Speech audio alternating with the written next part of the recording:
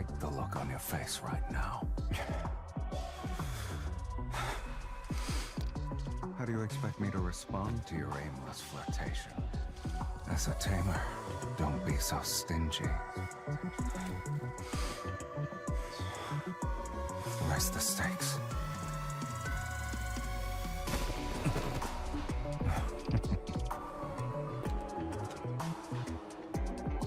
Is that all the patience you have? If you want to tame me, you'll need more than that. I don't mind spending the whole night with you. I'm looking forward to it. Based on our intel, the Association suspects this was an illegal protocore transaction disguised as a jewelry auction. The sea at night is the perfect stage for a magnificent performance. I'm honored I get to share it with you.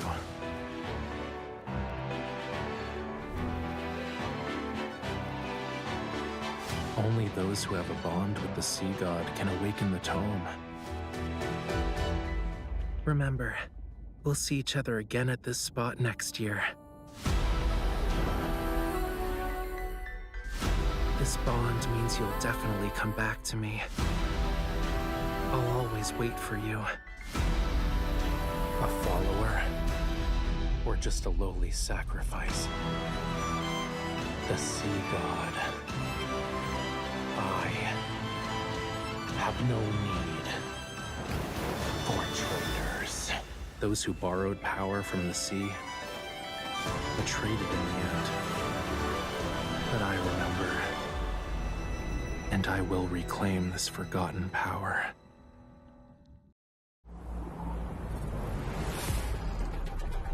You went through all that trouble to enter the N109 zone. I must fulfill my duty as your host.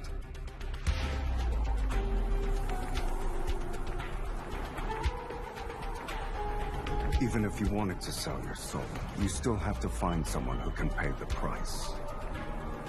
Want some help? Yes, no, maybe so. Since you can't escape, why don't we make a deal? You should know I'm not interested in other people's business. Shh. Really, it's a shame. You threw away your last chance.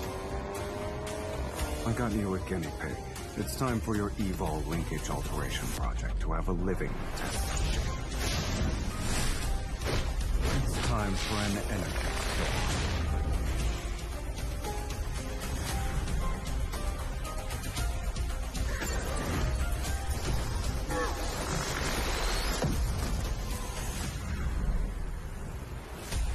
And you will agree to my terms. After all, you and I, we're the same, true kindred spirits. Help me.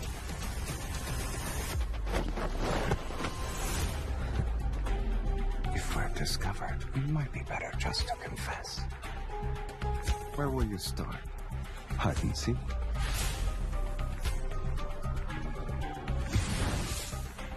This is how you lure in a kitten who likes feathers.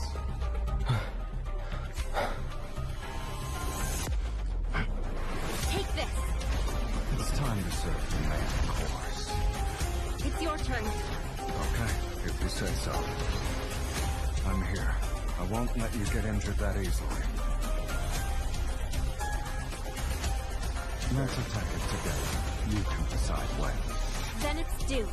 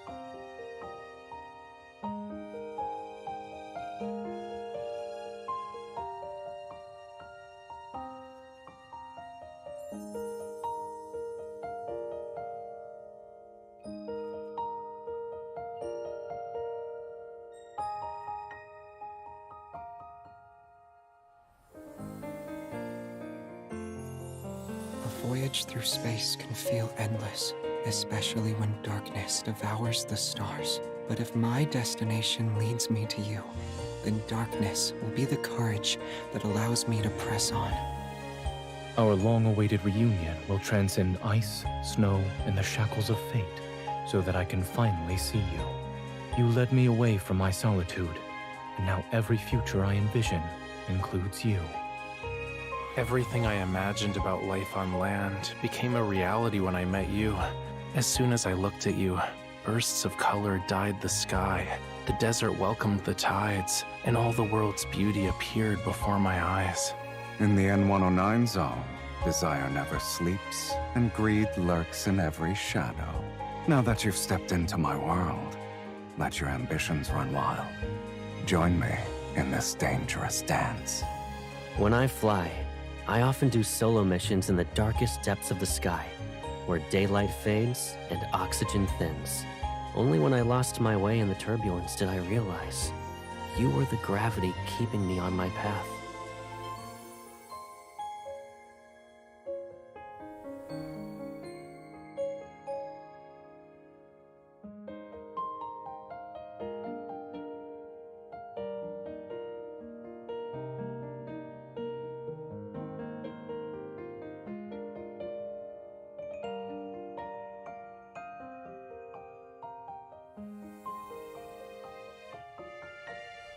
You are the brightest star that brings light to my endless night. The sweetest words I know are when you say, "See you tomorrow." All the vibrant colors in the world pale in comparison to your Yo, gaze. this trailer Your is truest self will so forever good. be etched into the fabric of my soul. Happy No anniversary. matter how far I fly, I'll always find my way back to you. How have I not seen this? How have I not seen that? Wow, that was a good trailer. I'm older than you, my hands are bigger. I'll start school earlier too. That's just how it is. I want to keep you in a world where it's just the two of us. Unfortunately for them, in the Far Space Fleet, there are only soldiers and officers. If you understand the situation, then let's go ahead and have a nice chat. There's more than one pair of eyes observing you in this room, and it'll be over before you know it. Answer me. Do what you're told and don't cause any trouble. You won't get hurt now. You passed. It's me. I'm back. You're thinking some chip got put into my brain, right? And now I'm no longer who I used to be? A trial. What have I done wrong?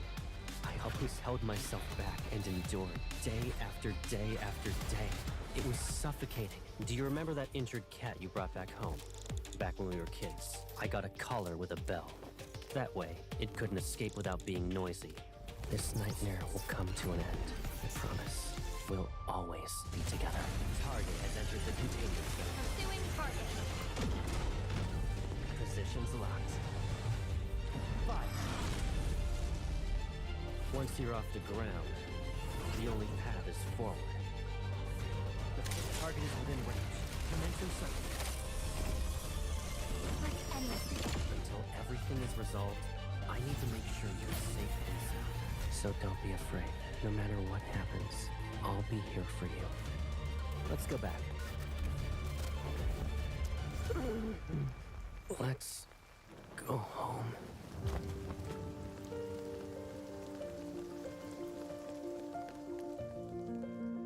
So, if I don't show concern as someone close to you, it doesn't count as being genuine.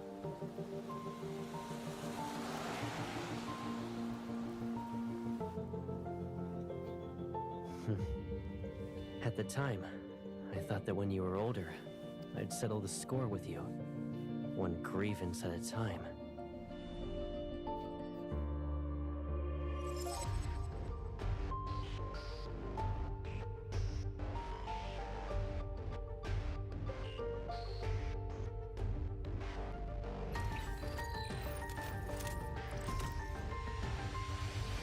Air defenses have been set.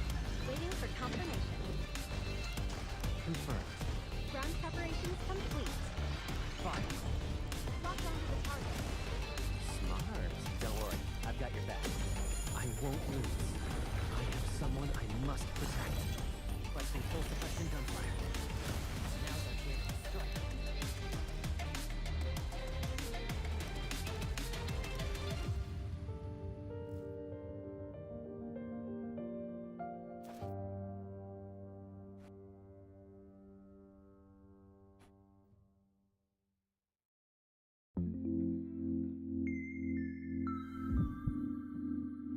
Alright, last trailer before we begin. Right here.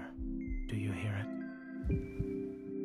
I've not seen most, if not all of these.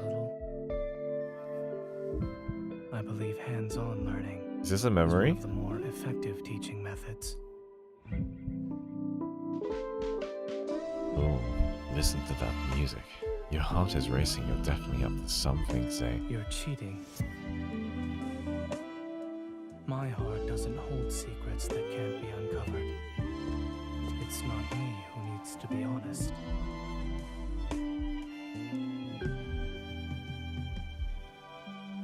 The old-fashioned way works better.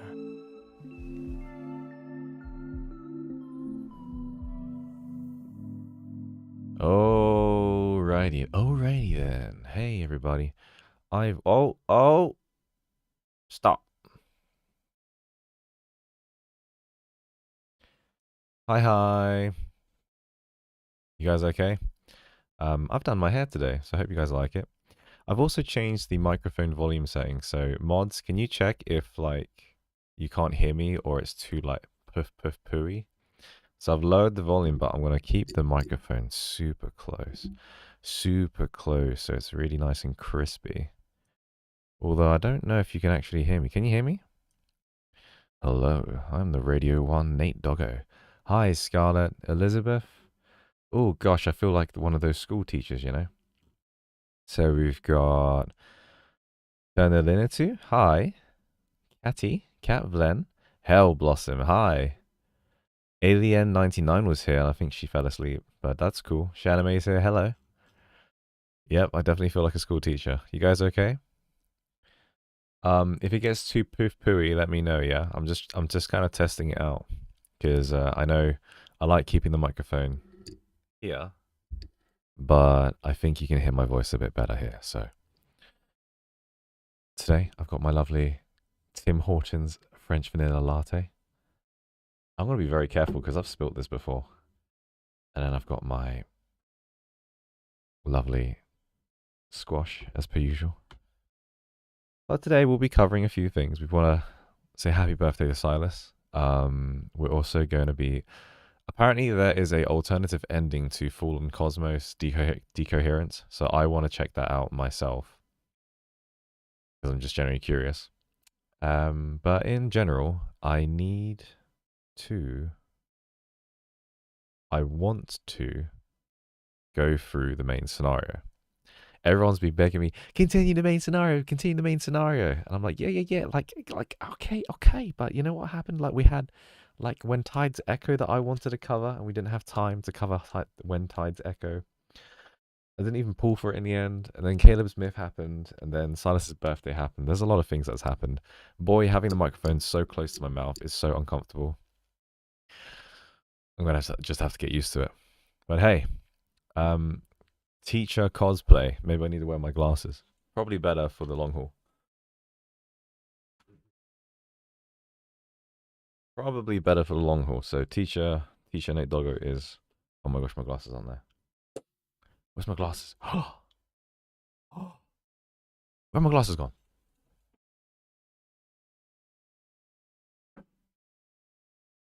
Glasses go.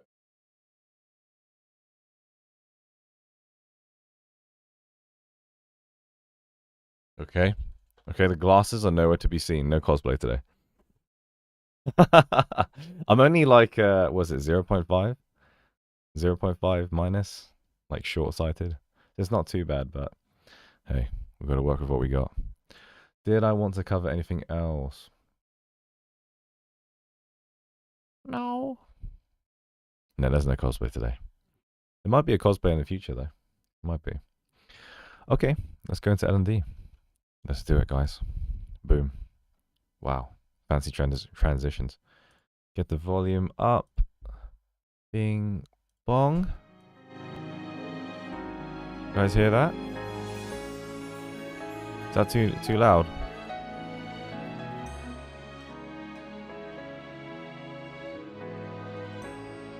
It's a tad loud. That better? That better? Perfect. Okay, cool. Oh my gosh, that is so good. French vanilla latte is so freaking good. Right. I wanted to check it out. Apparently you can go through Kindled version to do this, right? I want to see the alternative ending. Apparently you got to input like something else. Like a different, or like a correct input. I need to figure this out now though. Shit.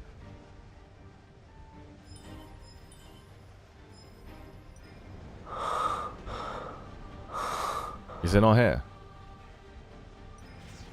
Let's see quickly.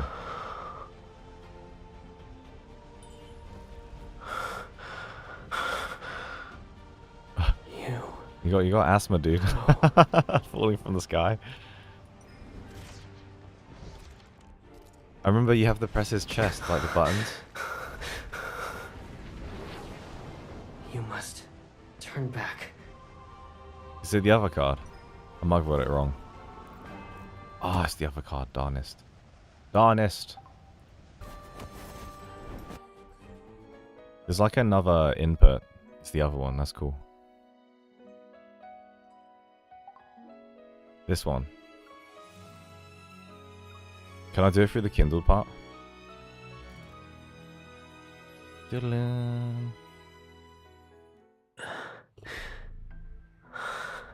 Alright, let me push your buttons, boss. Do we know the code? Do we know the code?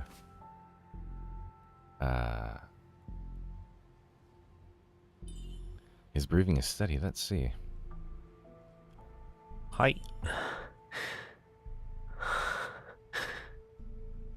The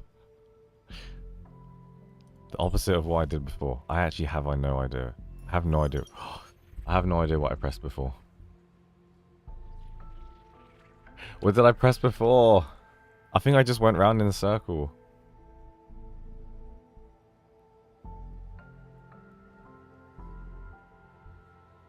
Let's just do it backwards.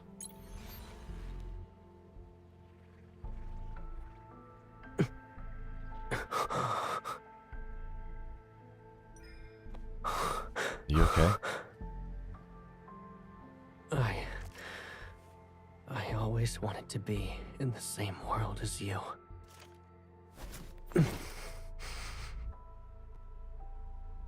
Instead of just watching you and imagining you. I want to feel your I've seen this. Your heartbeat, everything. I've seen this one. I want you to stay with me. Is it meant to be different to this? Because I'll look at the other one. I think it's different. Let me look at the chat. Forever. Unless it's like after this point.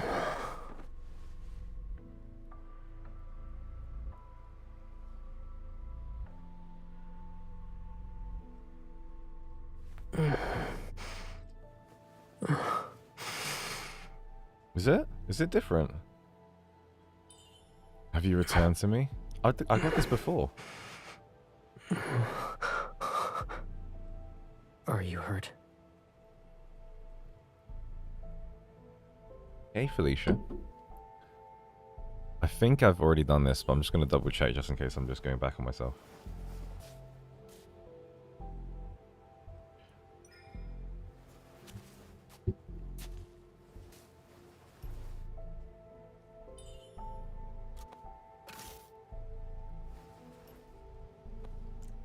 Seeking me out, that's dangerous. It's playing the exact same way. Hey, Halsey. If it's you. Damn, he's no so good matter looking. what. Please wake me up. That was different, I think. I think that was different.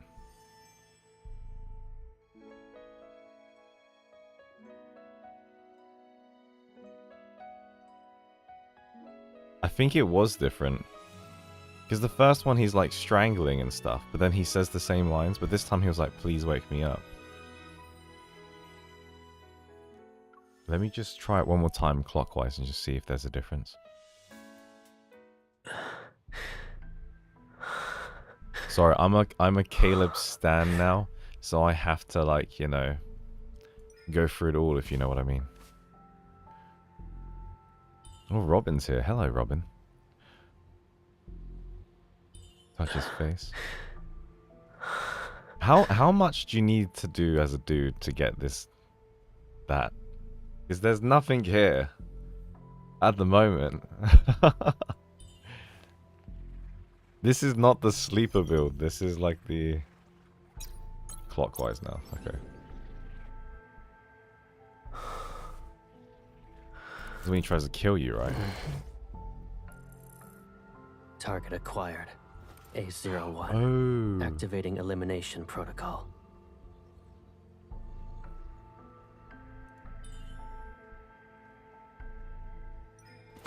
This is the one where he tries to kill you. Okay, I got you now.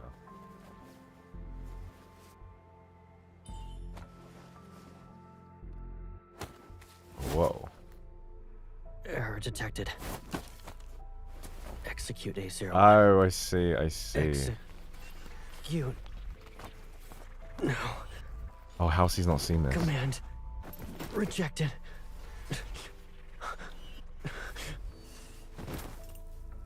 Oh, hey, baby.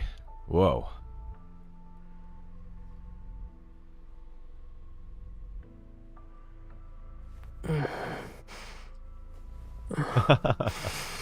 Harder.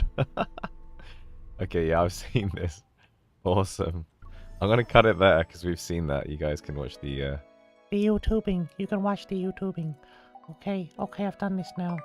Well, today is Halsey Day because she's back. She's back from good times at work. So, funnily enough, I have been advised, because I want to do the main scenario, I'll let y'all know where I'm at. Oh shit. No. Sorry, I'm jumping the gun here. It's someone's birthday. It's someone's birthday. We have to say happy birthday. So I kind of like, I was with Mari the other day, I was like, just pressing it and not looking at it. Okay, so I actually haven't read any of it. And there was a bit where he was like, oh, you gotta sing happy birthday or whatever, but that's the only thing I know. So I'm just gonna go through this, and then we can go for it, okay? We can go for MC. I just finished the Sylus day. Oh, jeez. Okay, are we ready, ladies and gentlemen? I'm not ready. Ladies and gentlemen, are we ready? The base's main entrance opens, and familiar footsteps gradually echo.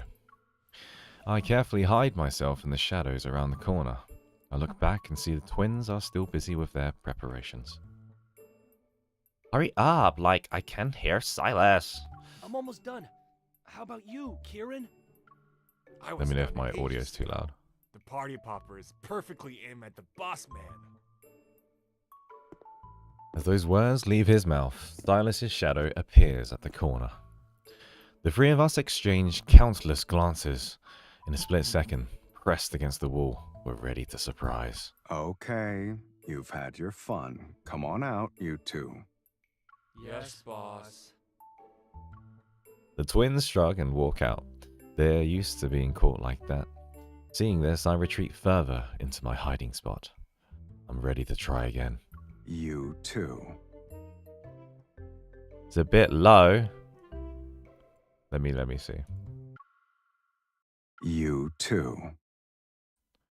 Do you know why you guys think it's a bit low? Because you guys are like Sylus fans. You're like, I can't hear him licking my brain cells. Please up the volume. I'm like, all right, okay, I hear you, Mer. I'm gonna up the volume, okay? By like another 5 decibels, okay? If you can't hear him, that's on you, okay? All right, capiche? Capiche? All right, you two, darling, is what he says. Ugh. I pounce and follow after the twins. I can't hear my man over hey mom all day. That's a you problem, darling. Alright, you're not even trying to act like it's your birthday. You ruined the surprise. What are you mumbling about? Can you hear that? Nothing. It's, just, well, Mer's being annoying. Dragging my words, I snatched the party pooper from Kieran's hand. Happy birthday, Sylus! Good story, Mer. Mer, come back, please. I love you. I love you so much. Look, Sylus is here. Mer, Sylus is here. It's like a little treat. Sylus is here. You can't go yet. This is how I summon the mods. I just bring the LI interest that they're into. I'll bring them on screen and they'll be like, huh? Huh? Sylus doesn't show any signs of being surprised. He just takes the birthday hat from my hands and places it on my head. Thanks. No worries, boy. But who told you today was my birthday? The Love and Deep Space channel and Mari and Mer. Yeah, those two. Definitely those two. I don't think I could ever miss it, actually. Who? With a growing sense that something's not right, I turn to look at the two troublemakers behind me. Luke and Kieran. What are you lamowing, guys? What are you lamowing now?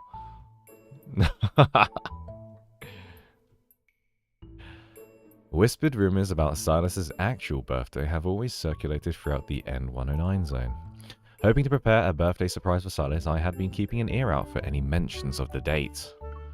But no matter how closely I listened, all I could hear were obviously fake rumors like Sylus's 90th birthday celebration is now. After much consideration, I decided to ask Luke and Kieran about it, but as soon as I walked in... Perfect timing. Come over here. Check this out. In the shadows around the corner, Luke and Kieran beckon to me.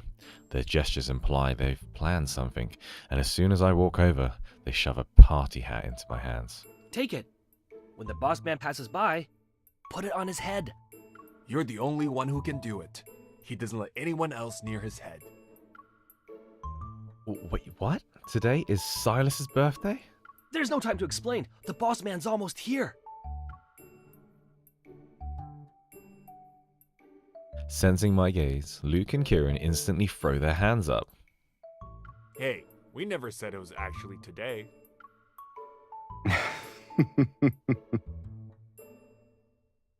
That's a good No one laugh. knows the boss man's actual birthday. We heard that it's in April, though. You know that Reddit, contagious laughter, and they've got like really funny laughs that are like very heartwarming and wholesome.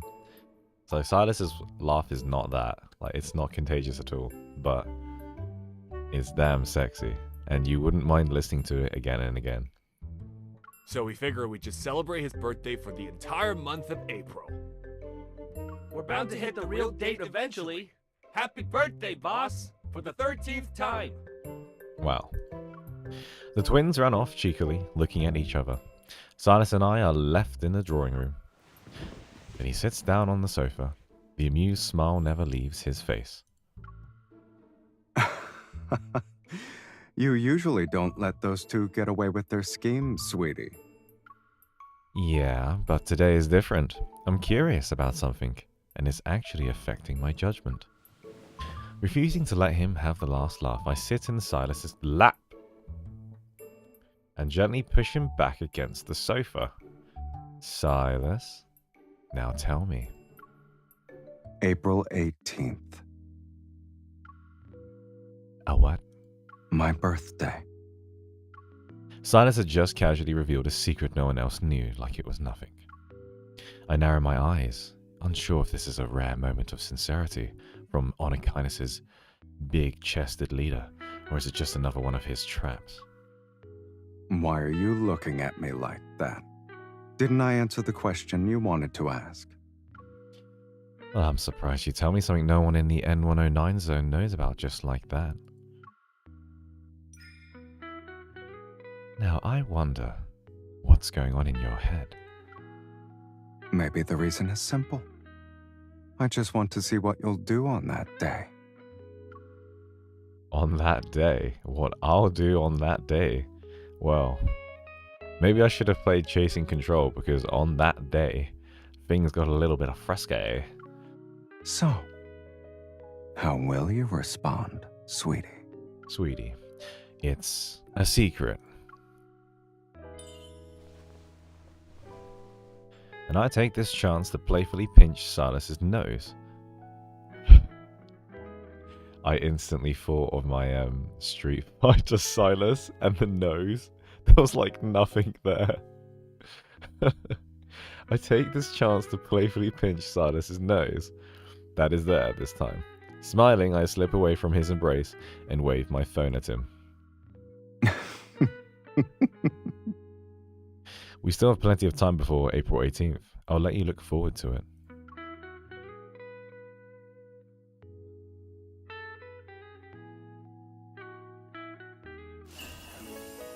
Nice blinding light, beautiful. Na na na na na na na. Now that I know Silas's birthday, I can think about where we'll be going to celebrate. Wait, whose birthday is it? I see birthday. I see it. It's Hell Blossom's birthday. Oh boy, we're gonna have to do it, guys. We're gonna have to do it. A 1 and a 2 and a happy birthday to Hell Blossom. Happy birthday to Hell Blossom. Happy birthday, dear Hell Blossom. Happy birthday to you. There you go, guys. That's my version. For Hell Blossom specifically. Anyway, shall we continue? Now that I know Silas's birthday and Hell Blossom's birthday, we have a few ideas as for where they come from. Wait, what?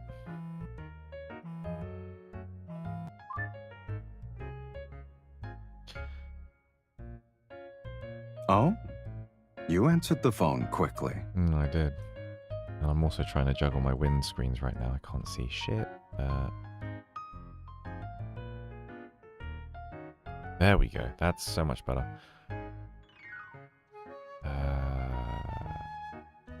Okay.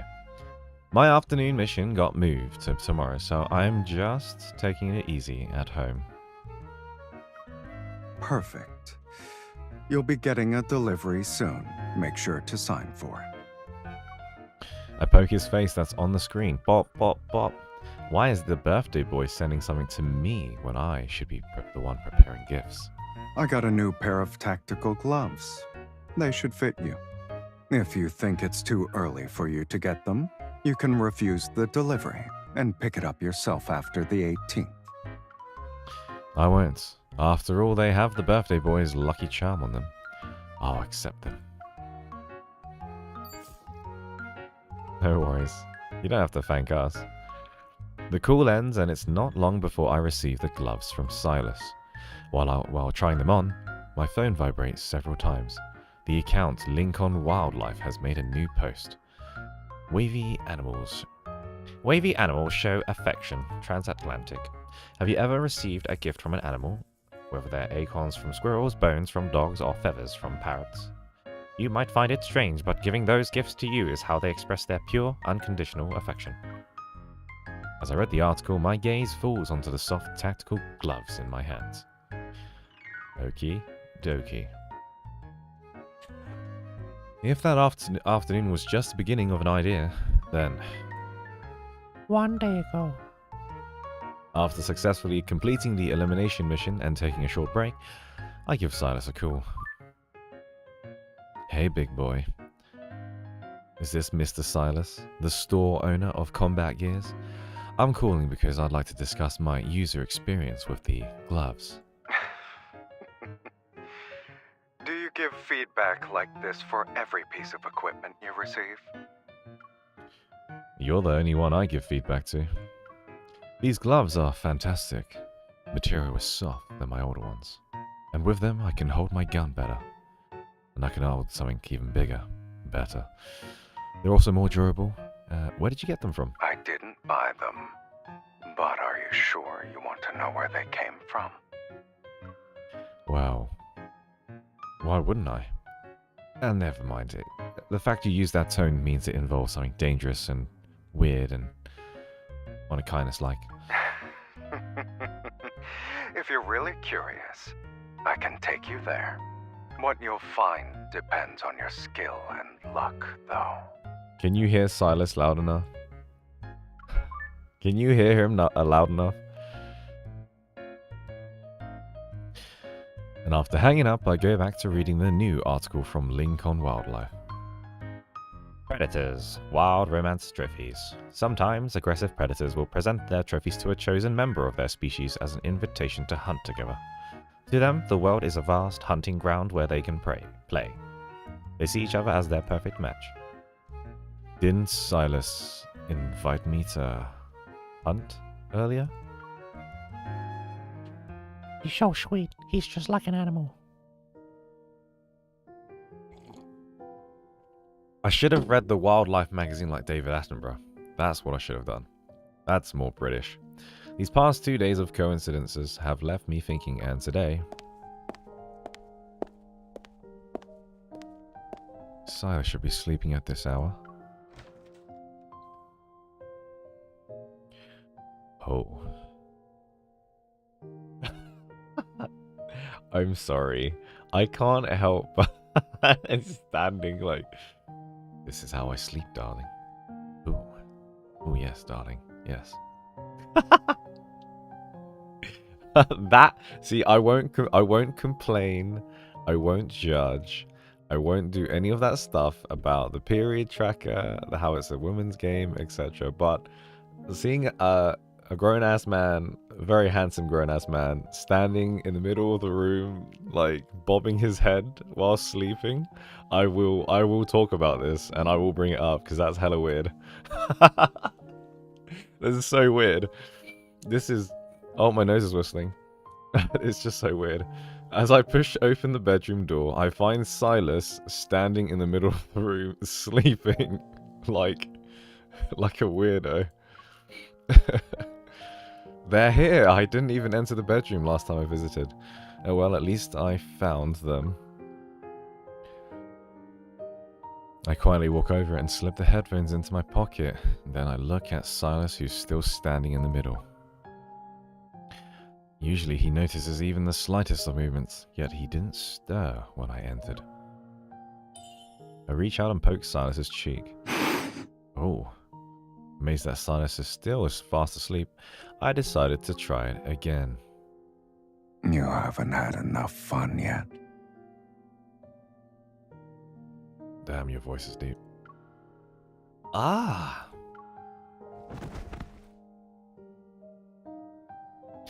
My world spins as Sylus pulls me down. I land on the blanket.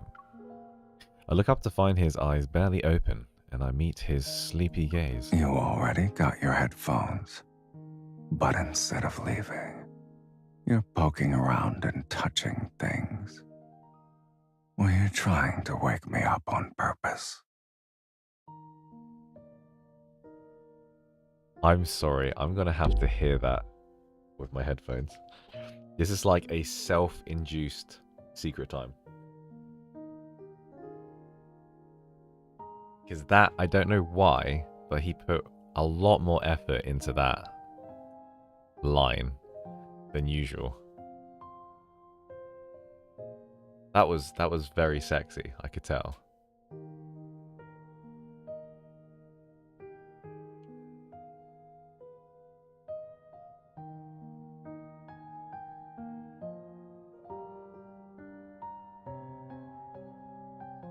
Okay, I can hear. You good?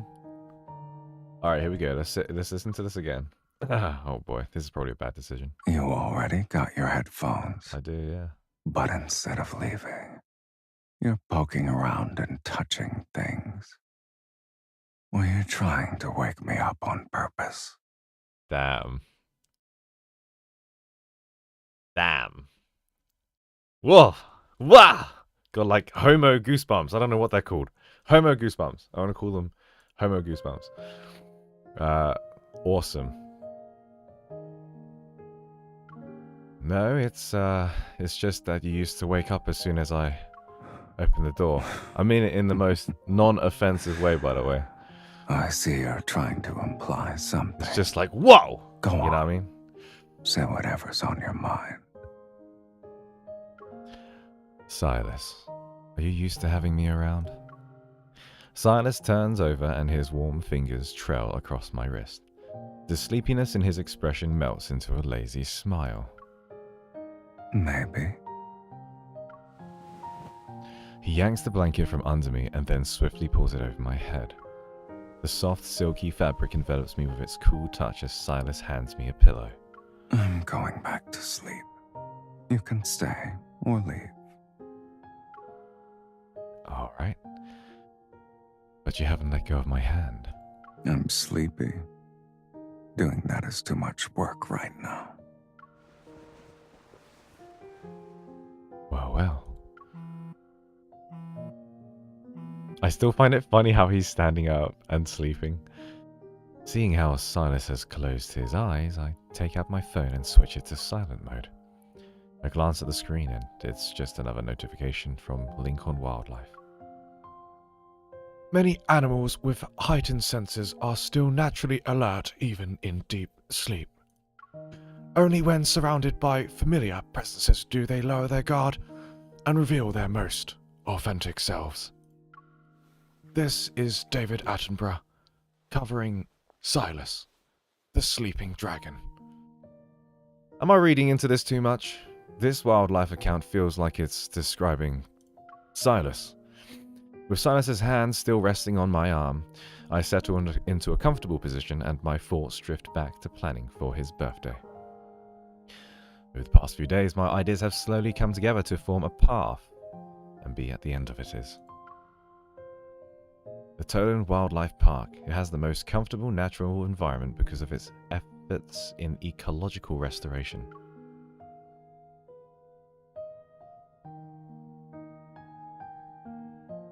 Kill. This is like his own memory, honestly.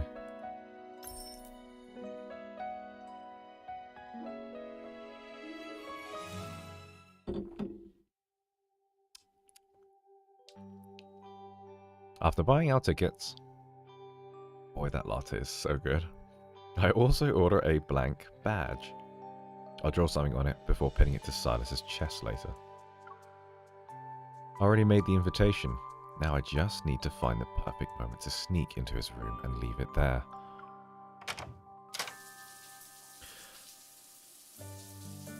Oh boy, I hear the shower. Looks like he's not here. Perfect. He's in the shower? I better hurry. In my hands is a paw print-shaped invitation that I signed with the kitty Sylus once drew for me in the snow. And while searching for a place to hide the invitation, my eyes land on the folded clothes on Sylus's bed.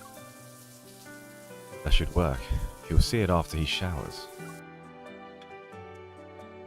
Hi, Ternalinity, kitty cat. As I crouch by the bed and reach for the clothes, a memory suddenly resurfaces. Can't help but laugh. I'm getting a sense of deja vu. Are you sneaking around again, sweetie? There's no brooch, so I'm not quite sure what you're looking for. Ah! Oh. I turn to find Sylus standing quietly nearby while wearing his bathrobe. Water droplets trail down his neck and cleavage. Weren't you in the bathroom? As you can see, I'm done showering. Sylus glances at my hands as I hastily hide the invitation behind my back. It's a gift, right? Hand it over. He looks so sure of himself, but that attitude makes me want to mess around with him for a bit. No, it's not. I'll give it to you if you guess what it is and you end up being correct, though. Oh. So you want to play a game? He sounds Do I like... get a hint, sweetie? Yo, he sounded like that character from Saw. Wanna play a game? You know that, the what is he called? Do I get a hint? Oh. So you want to play a game? He's like, oh, oh. Oh. So you want to play a game? Oh. So you want to play a game? It's something that will make you very happy on your birthday. You finally realized honest kindness offers better benefits. Which means you're planning to submit your membership application as my birthday present. Come on, be serious. Now here's your second hint. It will take you somewhere. Tapping his temple, Sylus pretends to think hard. Oh, I know. It's a letter challenging me to a duel. What the fine? What the fine? I'll give you one last hint, bub. Now it's an invitation from your own kind.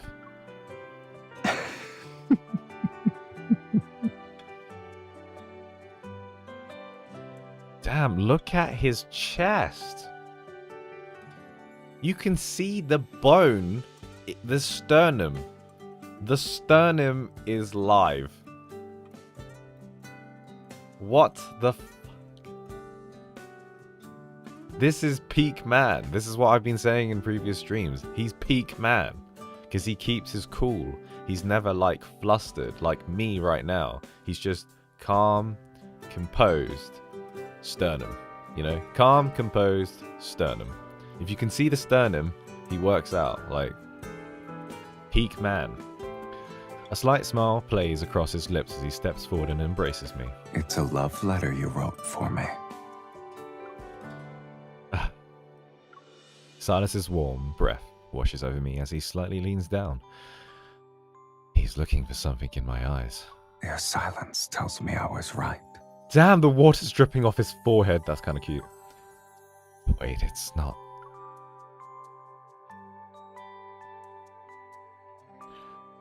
Suddenly, my hand feels empty. Sylus has snatched the card. He takes two steps back and holds up his prize. I accept your invitation. You knew it was an invitation this whole time, huh? Were you teasing me then? You were too slow at hiding it.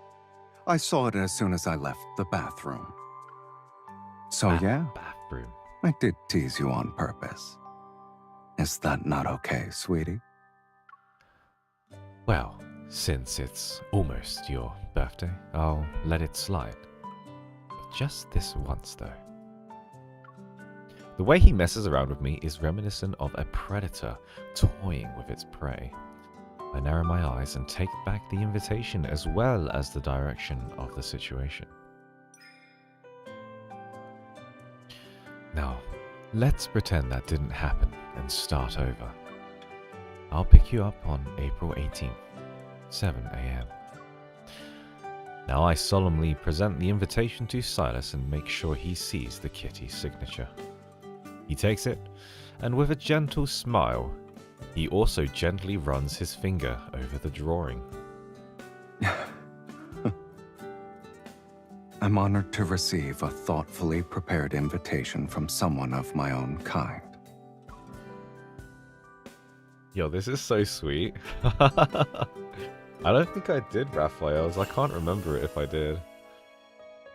But he's a lovely guy. If someone took me on a date at 7 AM, I would leave them. Hell yeah. Preach. Preach, Housey, preach. The morning of April 18th has finally arrived. I park the rented passenger's van in front of the base, turn off the engine, and take out my phone.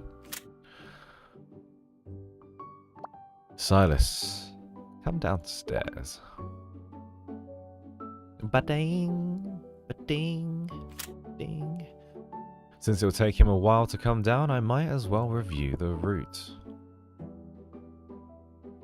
Eh? The knock makes me turn my head, as Sylus is already standing outside.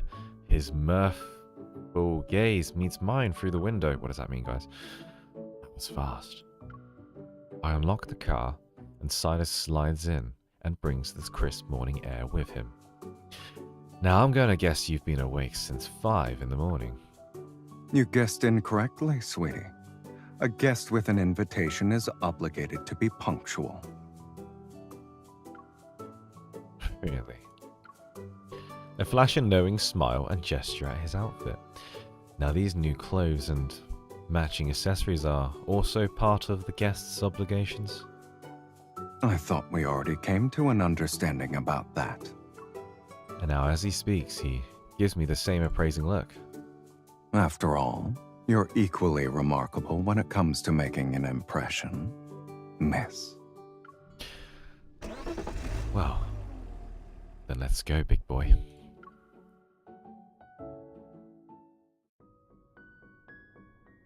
After a wonderful day out with Sylus, we spread the pics. You know what I mean. A few green maple leaves drift down. They land on the cake and birthday card I've laid out.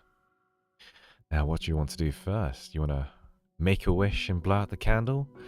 Or do you want to read the card I wrote for you? You kept writing after you gave me the invitation? I'll read the card.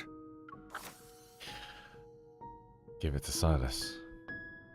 May all your wishes come true, Sylus. This is the first time I'm celebrating your birthday with you. I wrote down everything I wanted to say. Now looking at the card, he smiles. His fingertips brush over it with the same tender touch he usually reserves for my cheek. His gaze carefully examines each word, and he takes in every line before finally looking up. I always tell you to speak your mind. Is it popping? Pop, pop, pop, pop, pop. Pop, pop, pop, pop. Do I have to change it now? Apparently it wind cancels. I used to have one actually, but I used to cover my face too much. Oh. Does it pick up my nostrils? Let's see. Okay, just don't breathe. I'm gonna do the chocolate rain, okay? I'll be like... How about that? I'm gonna chocolate rain style. Wait, maybe I should point it this way. The opposite. Does it work now? Wow, it's even more sensitive. I can actually see my nostrils move. Wow, okay. Wait. Alright, chocolate rain style. But now I understand there's something special about having words written down, too. I'll keep this card and the invitation. In the top drawer of your safe? Somewhere within reach. I smile, lowering my head. I lift up the cake for him.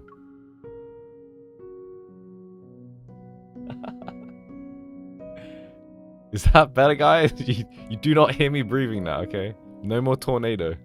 No more tornado jet nostrils. Now, I made this myself. Even though I haven't tested it yet. Trust me, it'll be delicious. Food made with such confidence can hardly disappoint. Especially when you made it. Two little crows, enthusiastic and dramatic. As they say, birds of a feather flock together. Maybe they're thinking about world domination.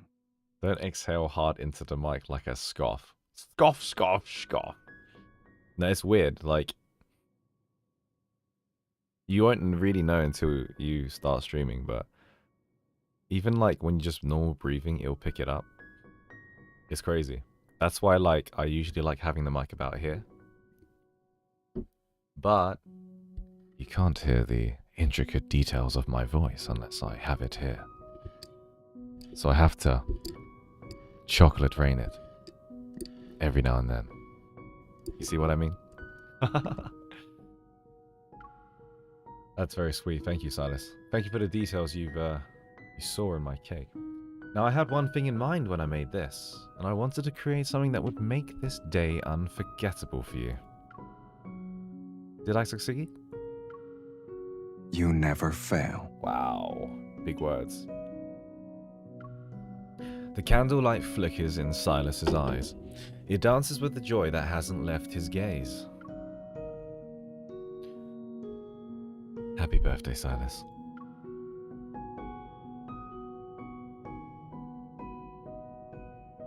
Okay. Happy birthday to you. Happy birthday to you.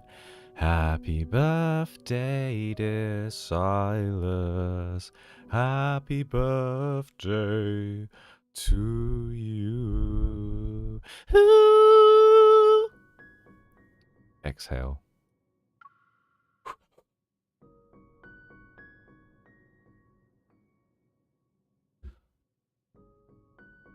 Let me tell you something that's not exactly a secret. What is it? This is the first time anyone has sung happy birthday to me. What, not even your mum? The way his voice shakes, it just adds a little bit of emotion. It's like, it's fire. This is the first time anyone has sung happy birthday to me. Right there. On the anyone. Now don't forget to make a wish before you blow out the candle. Will it come true if I make one? If you believe in it, yeah. I wish for you to always live freely and brilliantly. I don't think you're meant to say it out loud, bub. Like, I'm just saying. I don't think it comes true if you say it out loud. Or is that just me?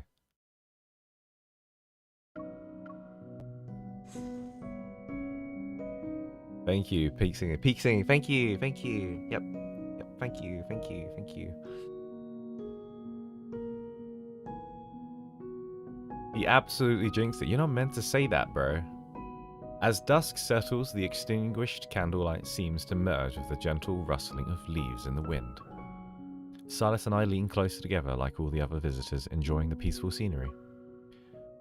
Now, aren't birthday wishes supposed to be about yourself? Why did you make one about me? Who said it wasn't for myself? Sylus lifts a small lock of my hair. He plays with it, the strands weaving between his fingers. Someone suddenly came into my life and said she wanted to see me remain strong, to always be undefeated. I can do that. But then, she said she also wanted to see me be vulnerable. I wanted to tell her that I couldn't do such a thing. But the truth is, she is my vulnerability. Oh.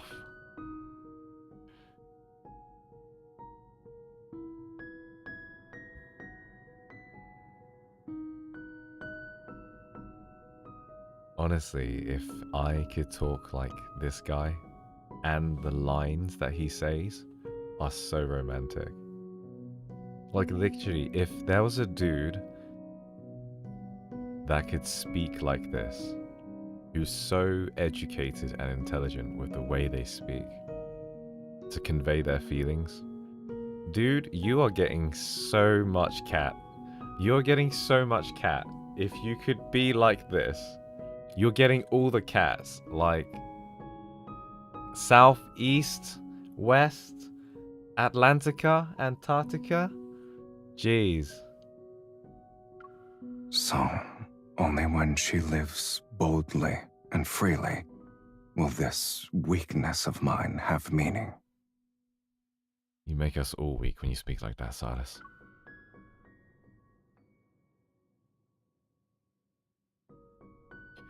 He turns to face me and leans in. I hear purring. That's my nostrils. He turns in to face me and leans in. His familiar breath falls as our lips meet. This wish was always meant for us. Behind us, a stunning sunset paints the sky. Yet we don't even look at it at this moment. It's okay. This is just the beginning of spring, and we have all the time in the world. we'll surely see this countless more beautiful sights and share more stories together. That was so sweet. That was actually so sweet.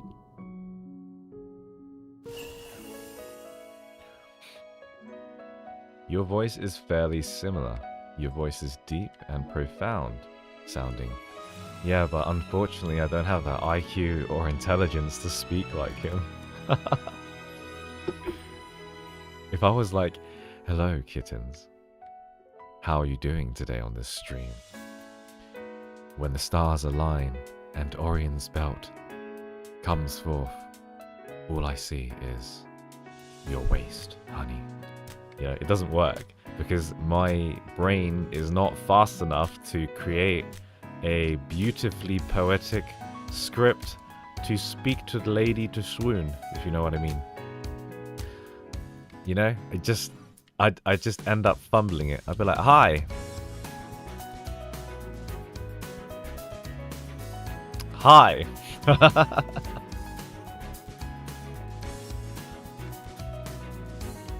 I'm hoping in. Man, music is loud for me. Is that loud for you guys? Shit, it's really popping off. But yeah, I'm hoping in the background these LIs, they have like a piece of paper, like a card, and they're like, shit, what was I meant to say? My birthday wish is always going to be for us, darling.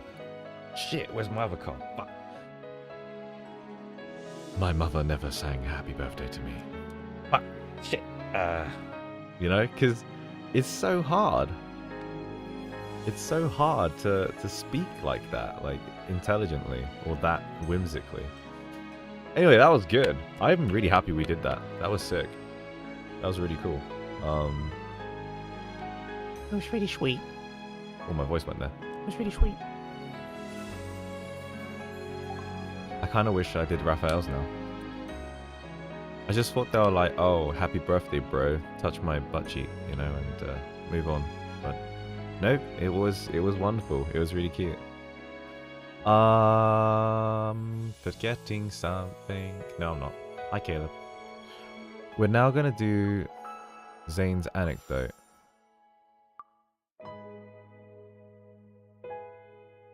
Because... Well, first I have a break actually. It's been about an hour, right? Yeah, we'll have a break. But, the reason why is because, well, what the hell? Where is it? I need to... I've done Raphael's path for the main scenario, but... I need to do Zayne's and Xavier's.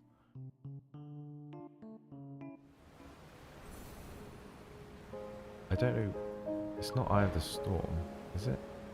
Oh no, it is Thorns Under the Moon. Because I did Land of Secret Flames. So before I do this, I'm going to read the anecdote. Because apparently they're sort of linked. And hey, I haven't done an anecdote ever on this channel actually, so... Would be a good time to stop.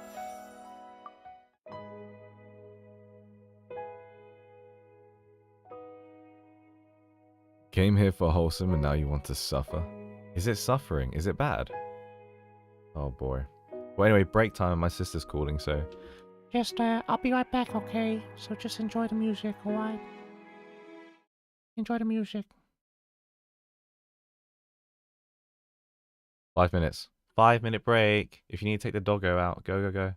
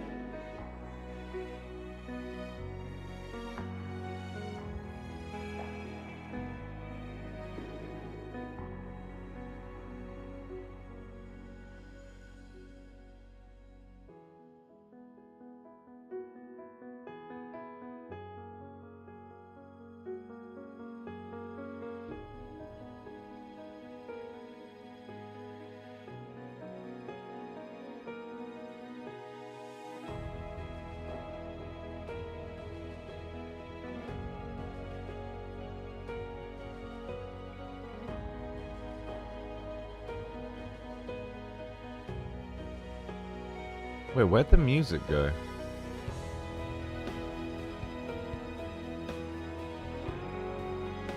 Where'd the music go? You can hear it? Oh, I'm so stupid. I'm not wearing my bloody headphones. Ah, there's the music. Right, I hear it now. Jeez Louise. Okay. For this anecdote, I gotta really chocolate rain it. Here we go. Professional. This is our first anecdote. I was gonna say, I want to do, when I find time, I would love to do anecdotes on YouTube and kind of read them out loud like an audiobook. But this could be the trial run. This could be the trial run. And I'll probably do it off stream so I can edit out bits where I'm like really screwing up. Chocolate Rain. Do you know what Chocolate Rain is? Look up Chocolate Rain on YouTube. It's the guy that literally is like, Chocolate Rain. Some stay dry and others feel the pain. Chocolate Rain. What mod chat? What's wrong with the mod chat? Did I do something wrong again? Oh, jeez.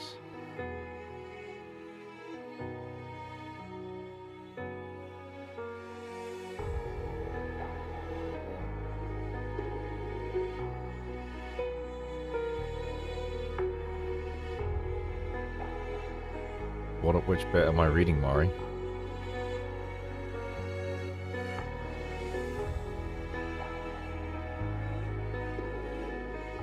Yeah, oh yeah, don't worry about that.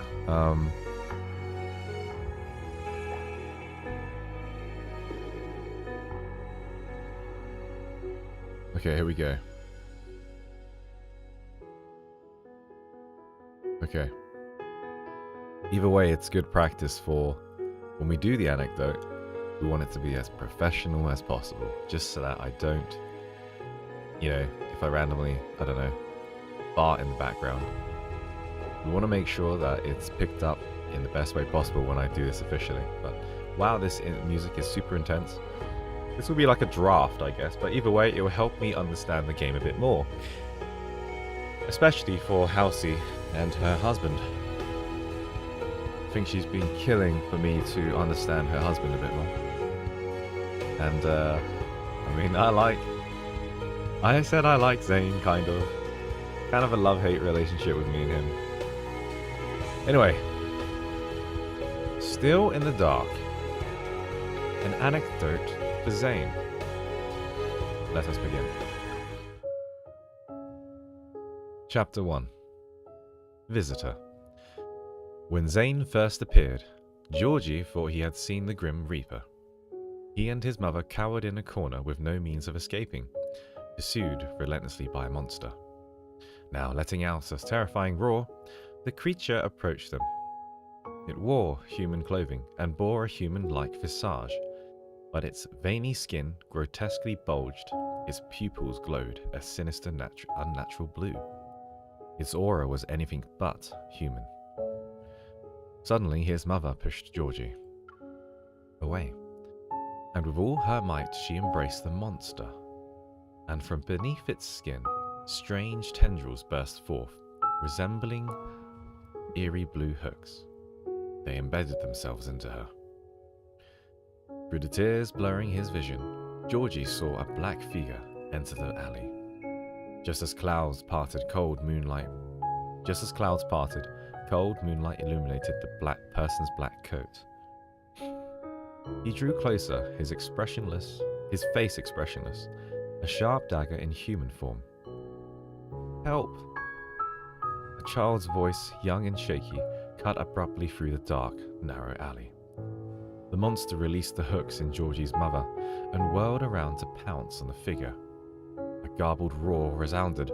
A starved beast had spotted easy prey. The man took off the black leather glove on his right hand. Georgie caught only a glimpse of a thin beam of light shining between the man's fingers. It was shaped like a shard of ice, and in the blink of an eye, it hurled itself towards the monster, piercing its heart. Frozen and nailed in place by an invisible force, the monster gazed down at its impaled chest, gasping for air. The man walked towards it, and with each step, the tendrils on the monster's body fractured bit by bit. And when he reached the creature, it collapsed. His body convulsed a few times before becoming motionless. He bent down to inspect its corpse, then slipped his leather glove back on. The monster dissipated like mist, leaving behind only dark blue fragments. "Are you the Grim Reaper?" Georgie asked. The man's gaze lingered on the mother and son. His crystalline pupils gleamed with an inorganic luster under the moonlight. He didn't respond and turned to leave. The clouds once again hid the moon, and his dark shadows swiftly merged with the darkness of the alley. The second time Georgie encounters Zayne is at a convenience store. 1 month had passed since then. Actually, Georgie has observed him for several days. Zayne in an apartment nearby. His outings are unpredictable, and whenever Georgie tries to follow him to see where he goes, he always ends up losing sight of him. The only place Zayne consistently visits is this convenience store. He always picks up a box of chocolates, placed at the front of the shelf, and proceeds to check out, seemingly indifferent to the kind of chocolate. Okay, Georgie finally musters the courage to approach Zayne, just after he finishes paying. Hello, we've met before? I'm Georgie. I know you come here every day to buy chocolate. This is important. Here. The 11-year-old boy, noticeably smaller and frailer than the other children, lifts a large glass jar he's holding. Inside it are exquisitely wrapped chocolates in colourful foil wrappers. Looking up at the man towering over him, the boy asks, could you help me find the person who killed my mom? Zayne stares at the young boy, his expression unreadable, and after a moment in a voice as cold as ice, he replies, "That is something you should ask the police about." Cool. Interesting. So, okay, first things first, chapter 2. Microphone good? Ding or no ding? Secondly, mum got man or something kill mum? Bad. Boy sad. This is like caveman dialogue, but it works for my brain. Zayne, out of nowhere. Glove off. Ow, ice. Dead monster. Zayne, walk away. Sephiroth style. Boy, fanboying. 1 month later. Chocolate? Please, sir, can you help me some more? Zayne, get lost, little kid. All good, yeah? Is that my understanding correct, yeah?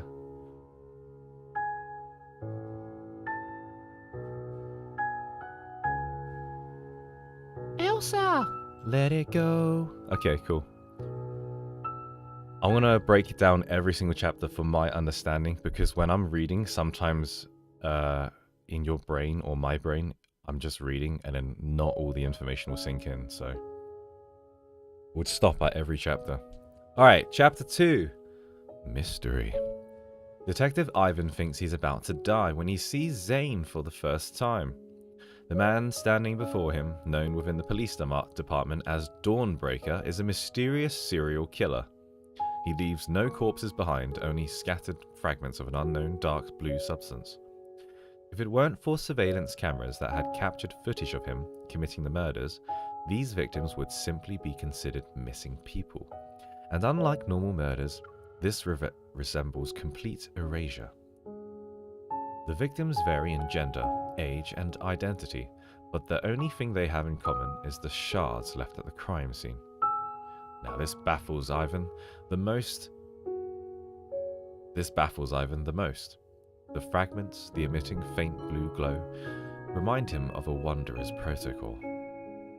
Long before Ivan's generation was born, Wanderers had appeared on Earth, and as far back as he can remember. Wanderers roamed the city, prompting people to spend most of their time indoors to avoid them. Many simple tasks were delegated to robots, and people indulged in VR to pass their remaining years. Ivan was taught that Wanderers were amalgamations of energy, so why do the victims leave behind a substance resembling a protocol after death? Is the material all that remains of the victims? Or could this mysterious serial killer be specifically hunting humans who possess such things in their bodies? Using this as a criterion, the AI system identifies who will most likely be the next victim. By the time Ivan arrives, Dawnbreaker is already attacking the target. His cold face is hidden by his black coat. Ivan can't make out the sharp object the man wields. He fires his gun. The bullet doesn't hit the murderer, but Ivan's eyes widen when he realizes what's happening. The target, an elderly man who's close to dying, suddenly lunges at Dawnbreaker in one swift movement. Several hook-like tendrils erupt from the old man's skin, and one pierces Dawnbreaker's arm. Under the streetlight, the foreign substance on the old man's body glows a sinister blue, which grows from his skin. Dawnbreaker doesn't even flinch, and in his other hand, a slender beam of light appears again. This time, Ivan sees it clearly. It's a shard of ice. The moment it pierces the old man's chest, the tendrils on his body instantly shatter. Now he's discovered the murder weapon and the origin of the dark blue fragments at the crime scenes. Ivan raises his gun again, but with a wave of the Dawnbreaker's hand, both Ivan's hand and gun are instantly frozen by blackened ice crystals. Calling her. Ivan couldn't even finish his sentence. An icicle grazes his cheek, pinning his communicator to the wall behind him. The body on the ground dissipates into the black mist, leaving Ivan dumbstruck. This resembles the unique way Wanderers vanish after being destroyed. He wasn't human? Ivan murmurs to himself. Dawnbreaker's indifferent gaze sweeps over him. Then he turns around, his black coat blending into the shadows of the night. And since that day, Ivan has reviewed the surveillance footage from every crime scene, trying to find that black silhouette. But the individual is an intangible enigma, vanishing into the jumble of pixelated images. However, Ivan's efforts aren't entirely fruitless. The identity of the latest Jane Doe has been revealed. She was a worker in an underground protocol factory and laid off a few months ago. More importantly, she had an 11-year-old son named Georgie. And it just so happens an orphanage had recently filed a missing person report for a boy named Georgie, who was under their care. Ivan's police intuition tells him that following this clue could very well lead him to Dawnbreaker. He's firmly convinced the next time they meet, he will arrest this serial killer and bring him to justice. Zayne is Batman. The music is still a tiny bit loud. Alright. Let's all blame Mer. Let's all blame Mer.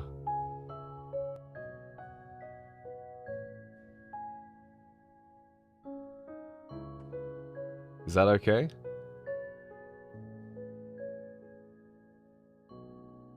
Okay, cool. So, Zayne is Batman. He supposedly kills people that are becoming monsters at the right time. Or people that are turning into wanderers, maybe. And because he kills them before they pop, the police think he's just a serial murderer trying to kill innocent people. I'm assuming. They're like turning into zombies, basically. Right? That's how I understand it, anyway. Okay. Drink.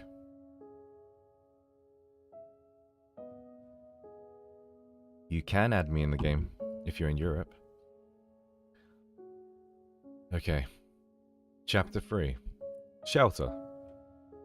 Now Zayne isn't surprised to see the little boy at his apartment door. When he left during the day, he noticed the glass jar full of chocolates placed by the door, like bait sitting in a trap. It waited for its prey to be ensnared. A small head peeked out, barely visible behind the stairwell. Zayne chose to ignore him and continue to walk downstairs. And when Zayne returns, it's already deep into the night. The little boy is asleep by the door, clutching the jar. His small head almost droops to the ground. Hushed mumbles in his dreams. The only thing he can hear clearly is one word. Mum. With the hallway lights off, darkness envelops them. Zayne looks down at the curled up child. He reaches into his coat pocket, only to find it empty. He ran out of chocolate. Zayne takes 2 steps forward and kneels down next to the boy. Georgie wakes up from the rustling, opening his eyes to a dark silhouette close by. Cold, pale fingers twist the glass's jar lid. Panicked, Georgie watches a hand pluck one chocolate from the jar, unwrap it, raise it, and place it into a man's mouth. His eyes meet an emotionless gaze, its coldness jolting him awake. Tentatively, Georgie says, Are you gonna help me? Zayne silently stands up. Desperate, the boy tugs at the hem of Zayne's coat. You ate my chocolate! You accepted my payment! Zayne opens the door and walks into the apartment, his coat slipping from Georgie's grasp. However, the door doesn't close. Georgie lifts his head and sees him standing at the doorway, his hand resting on the door. Are you letting me in? After Georgie tentatively steps inside, Zayne lets go of the door and walks away. He sits on the sofa. Georgie looks around. The room lacks decorations and the furniture is extremely simple. The only hint of humanity is the faint cracks on the greyish white walls, signs of age and neglect. In the center of the living room is a holographic screen displaying what appears to be a very old TV show. On the screen, a man in a white coat is treating a patient. Georgie cautiously sits on the edge of the sofa and sneaks glances at Zayne. The seemingly emotionless killer is now engrossed in an outdated TV drama. The scene, full of contradictions, gradually emboldens the young boy. Aren't you tired? Zayne asks. What is this? It looks like a TV show from decades ago. In the room, aside from the dialogue from the TV drama, the young boy's voice passes through the quietness. Mom used to say only rich people can afford to go to the doctor. Suddenly Zayne gets up.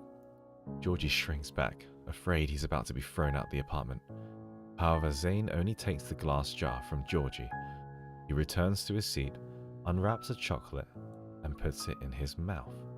He eats them, one after another, as if the chocolates were his dinner.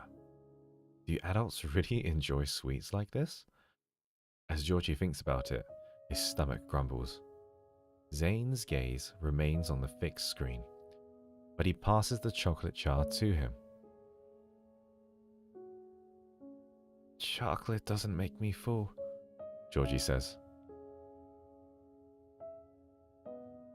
What do you usually eat? Zayne pauses, then stands up and opens the refrigerator. Georgie follows him and looks inside, surprised to see rows of bottles filled with nutrient solutions, neatly stacked. You live on these? Unfazed, Zayne watches as Georgie, driven by hunger, takes a bottle and drinks it. The bland, flavorless liquid gives an immediate sense of fullness, but lacks the satisfaction of a real meal. Can someone who sustains themselves solely on such a liquid be considered human? This question flickers through Georgie's mind as he watches the man who's returned to eating chocolates on the sofa. Yet to label him the Grim Reaper seems too contradictory when he's clearly fond of something as simple as chocolate. Now Georgie doesn't dwell on this question for too long. Having not slept soundly for several days, He soon succumbs to the overwhelming wave of drowsiness once he relaxes. When Georgie opens his eyes again, sunlight streams through the window and into the living room, making the glass jar on the coffee table sparkle, and the jar which was brimming with chocolates last night is now only half full. Rubbing his eyes, Georgie sits up on the sofa and sees Zayne carrying a pot with a budding jasmine from the bedroom. Wearing a t-shirt, Zayne looks more like a college student who lives next door rather than the Grim Reaper in a coat. Georgie is stunned, watching him place the pot on the windowsill so it can bask in the sun. Zayne waters and prunes the jasmine. This is from his myth. As he gazes at the white bud, the sunlight reflects into Zayne's eyes, lending a soft glow to his otherwise emotionless pupils. Do you like plants? As Zayne continues to snip, he shakes his head. Then, did someone important give that to you? Zayne glances down at the boy and remains silent. What should I do to get you to talk to me?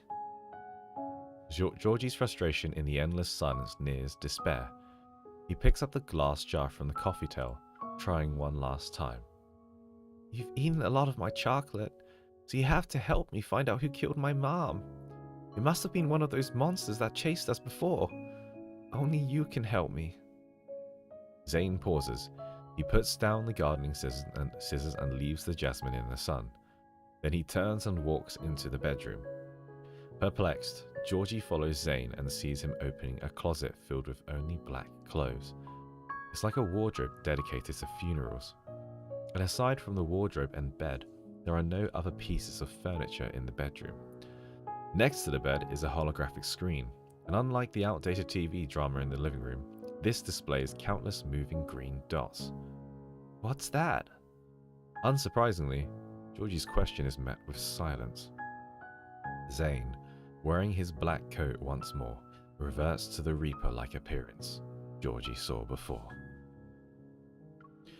Georgie follows Zayne out of the apartment and they arrive at the convenience store. Now this time Zayne heads straight for the refrigerated aisle, methodically scanning rows of various flavored sodas. Eventually he picks a bottle from the top shelf, its packaging unremarkable. Is it any good? Georgie can't help but ask. Zayne pauses for a moment, then grabs another bottle. He also slips a jar of chocolate into Georgie's arms before proceeding to check out. After leaving the store, Georgie takes a few sips from his soda. The flavor isn't anything extraordinary. Zayne opens his bottle and starts pouring it out. Before Georgie can react, the liquid solidifies in mid-air. Popsicle? It looks weird. People used to call it an old popsicle. Zayne looks at the popsicle in his hand and takes a bite. He appears to savor the taste. So you like stuff other than chocolates? And nutrient drinks? Georgie adds. Even though it's still a little strange. Zayne doesn't mind his comment and the two walk down the street. There aren't many people around and it's to be expected because wanderers are present, and people prefer to stay indoors as much as possible. The city's outdoors belong to robots, wanderers and weeds. With the chocolate-filled jar in his arms, Georgie follows Zayne. Zayne takes long strides and Georgie has to jog to keep up. Just as he catches up, Zayne suddenly stops and Georgie almost runs into him. He sees Zayne standing outside an abandoned plaza with overgrown grass. Following his gaze, a patch of jasmine flowers bloom amidst the decaying city.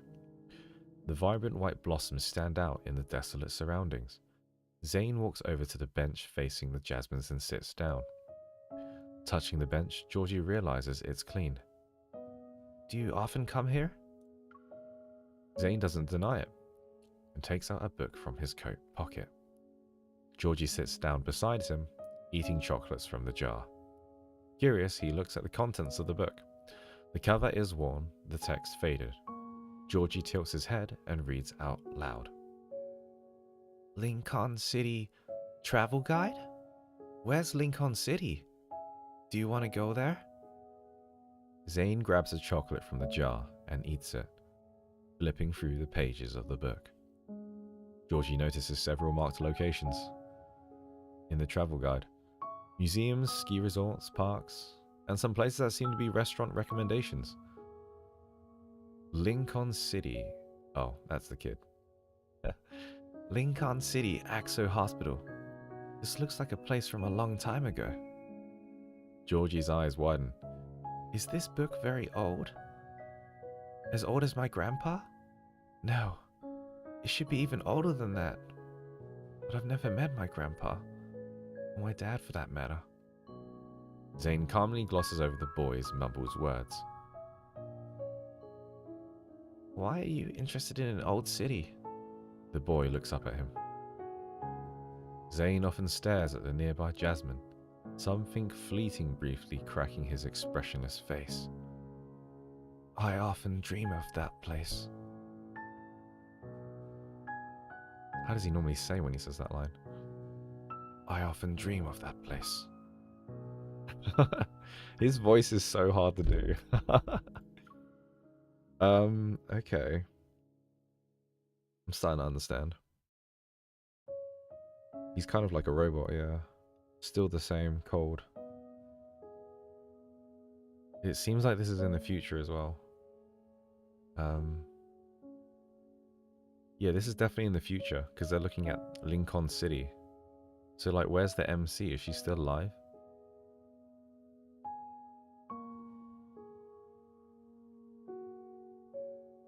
Just gonna let it sit in my head for a bit, because that was a lot of information.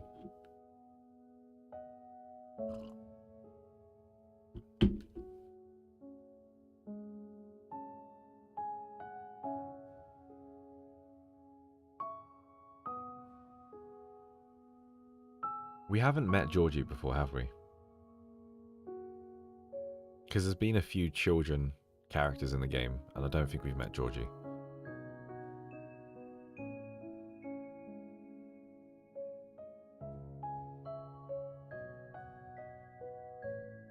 Yeah.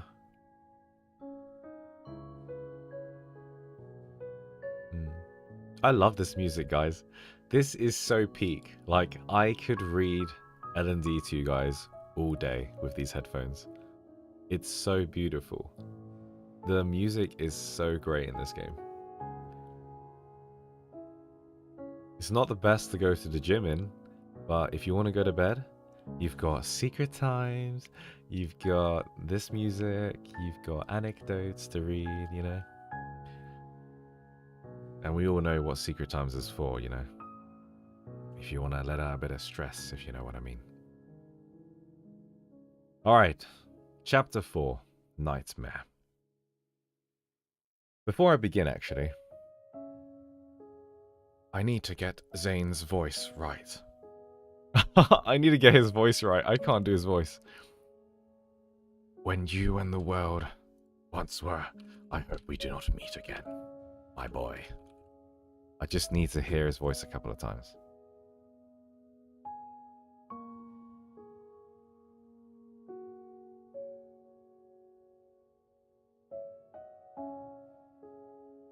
When you and the world wake up.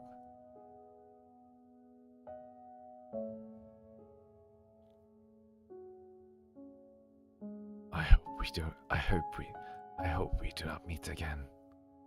He's just whistling. He's like he's groaning here. When you and the world wake up, I hope we do not meet again. Okay. That's when he's low voice. Okay. If I pause in front of Zayne's speaking, it's because I'm trying to figure out his tone and voice at the moment I'm reading it. Chapter 4, Nightmare. Last night, Zayne dreamed that he and a girl bought all kinds of snacks and even froze soda into the shape of a popsicle. Similar dreams visited him almost every night. And in these dreams, he's a surgeon.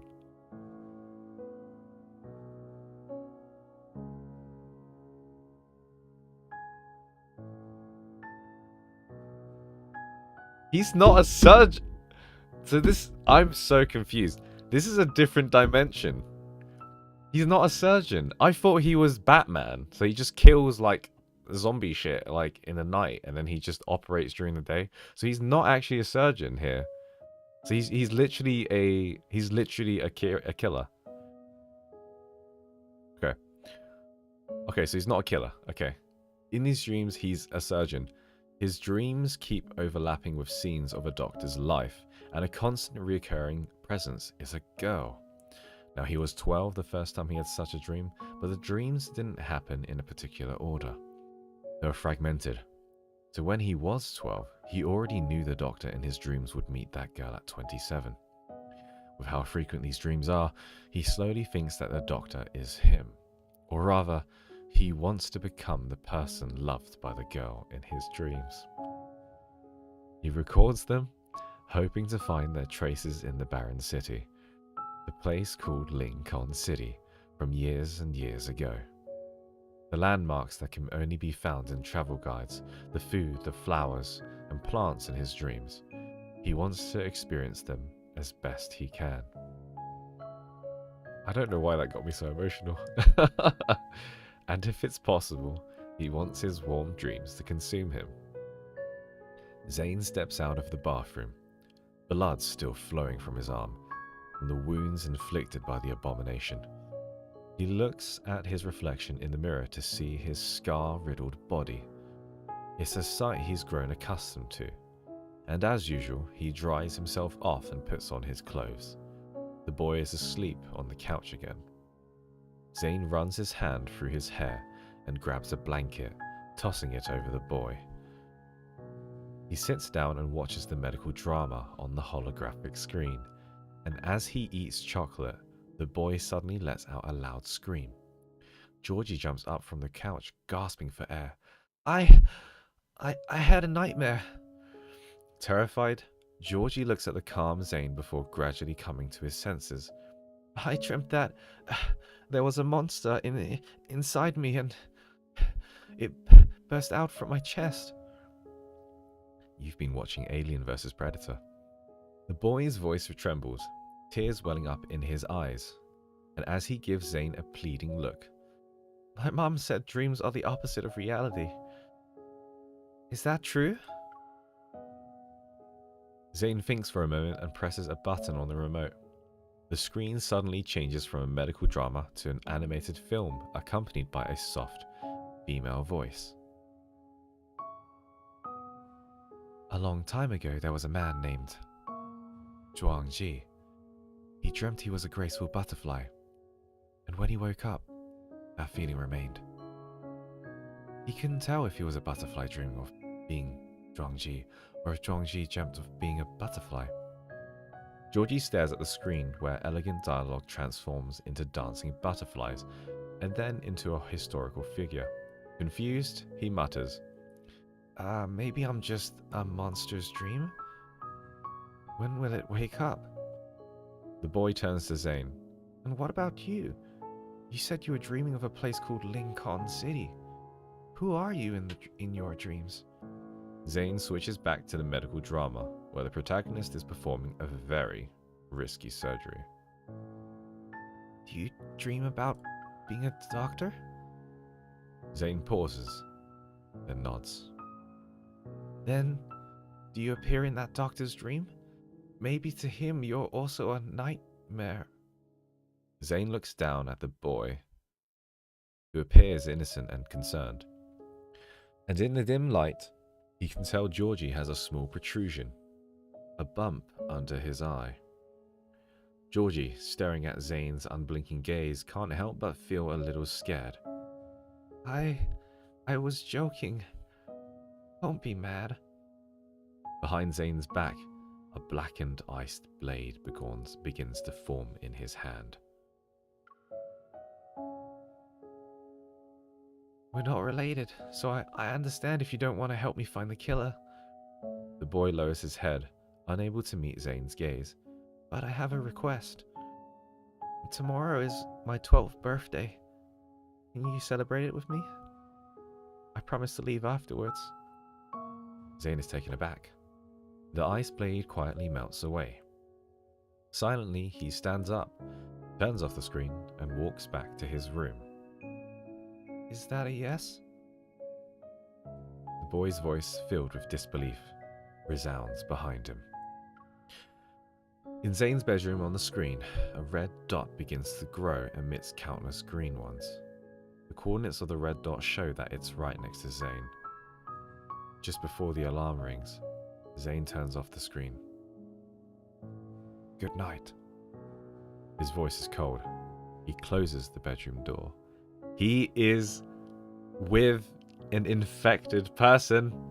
That boy is a monster and is infected. Oh my gosh.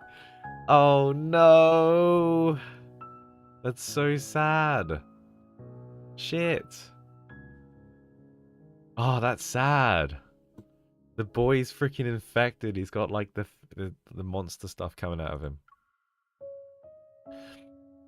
Chapter 5. Birthday. The next day, Zayne goes through his usual routine of moving the jasmine to the windowsill to soak up the sunlight. He waters it. After that, he puts on a black coat and takes the boy with him. Zayne leads Georgie into a dessert place where the robots behind the glass window are diligently making cakes and pastries. Is this for me? The boy's face is filled with surprise. Zayne taps on the holographic menu and adds a macaron to their meal. He turns to meet the boy's curious gaze. I dreamt about it last night. The boy's eyes widen. The doctor in your dream ate a macaron? Another person did as well, Zayne says, taking a seat by the window. Now Georgie sits down with Zayne.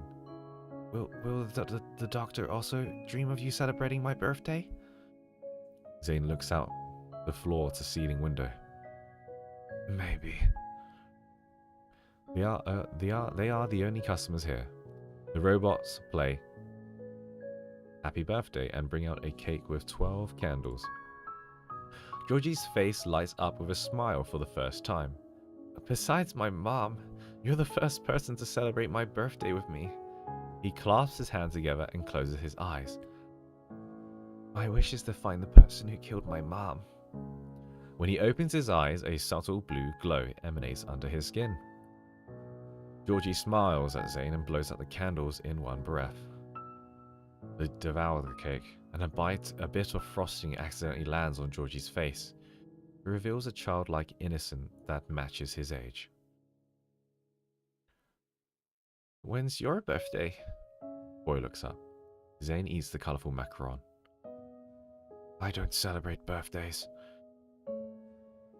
You never celebrated your birthday before? The boy's eyes widen. I stopped after I turned 12. Why?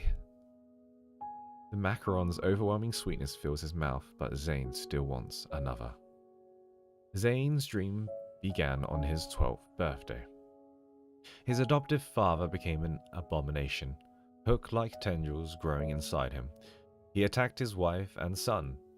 Zayne watched helplessly as his adoptive mother died before his eyes, and when his adoptive father lunged at him, Zayne chose to use his evil. He stabbed the ice into his adoptive father's heart. That was Zayne's first kill. It was also his first time freezing an abomination, preventing them from turning into wanderers. Now he never celebrated his birthday, ever. Later that night he dreamt of himself in a doctor's white coat, treating a girl. Dreams have become his only solace ever since. And even after the cake is finished, Zayne doesn't reply. Determined, Georgie lowers his head. When it's your birthday, I'll bring you different kinds of chocolate. Astonished, Zayne looks at the boy. Outside the floor-to-ceiling window, the sun sinks into the horizon, casting a brilliant yet melancholic glow upon the desolate city. The sunset is so pretty. Georgie gazes out the window in awe. Now, I used to live with Mom in a dorm at the factory. It doesn't have windows, so I've only seen sunsets in VR games. Zayne suddenly asks, What if you look at the sunset and feel nothing at all? One day. What's the difference between that and being dead? Georgie turns, displaying a maturity behind his years. Mom used to say that dying with clarity is better than living like a corpse. All of a sudden, chaotic footsteps resound. Dozens of heavily armed police officers come into view, surrounding the desert place with their guns raised. Bewildered, Georgie looks at Zayne. Detective Ivan walks in, raising his hands to show he's unarmed. Now we can negotiate as long as you let the child go. Panicked, Georgie stands up. We were just celebrating my birthday. Ivan looks at the candles and cake crumbs on the table, unable to hold back his anger. He's the person who's murdered your mother! Zayne remains emotionless. Taking this opportunity, Ivan steps forward and positions the boy behind him. However, when he turns him around, the boy no longer looks human. A tendril below his eye has erupted through his skin, blood flowing down like crimson tears. Georgie? Ivan freezes. The tendrils extends as if it has a life of its own and hooks onto his arm. While the pain shoots through Ivan's arm, the blackened ice shard in Zayne's hand has already pierced Georgie's chest. Everything unfolds before Ivan's eyes in an instant. Georgie lowers his head, seeing blackened ice bloom like a flower on his chest. He stumbles and falls to the ground, his last sight being Zayne kneeling beside him. Tears well up in Georgie's eyes. What happened? Did the monster wake up? Zayne gently closes the boy's eyes. Georgie dissipates into black mist. The melody of Happy Birthday continues to echo in the desert place under the setting sun. It's a final farewell.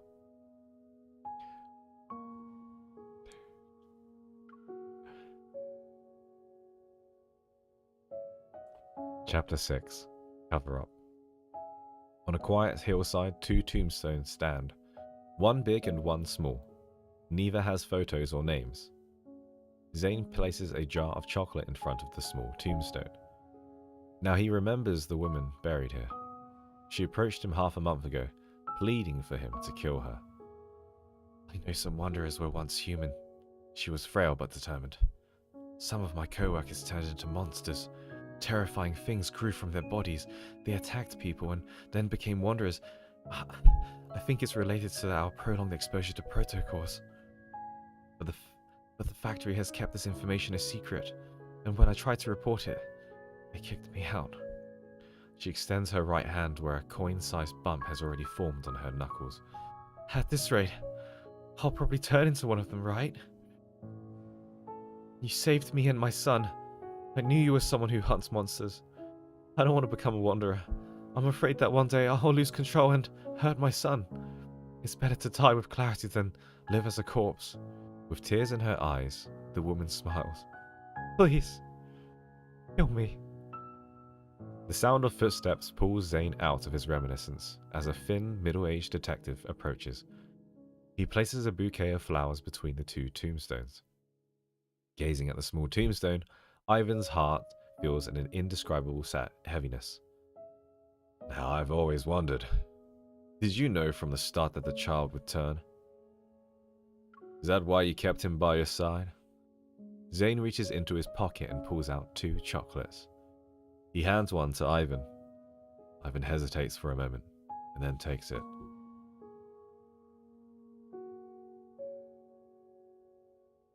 I'm not sure how many people actually know, but wanderers that roam the city now are not just energy clusters like they were in the beginning. Some of them were once human. Now my reports have been suppressed, and my family has received death threats. The higher-ups don't want people to know. Zayne silently unwraps the chocolate and puts it in his mouth.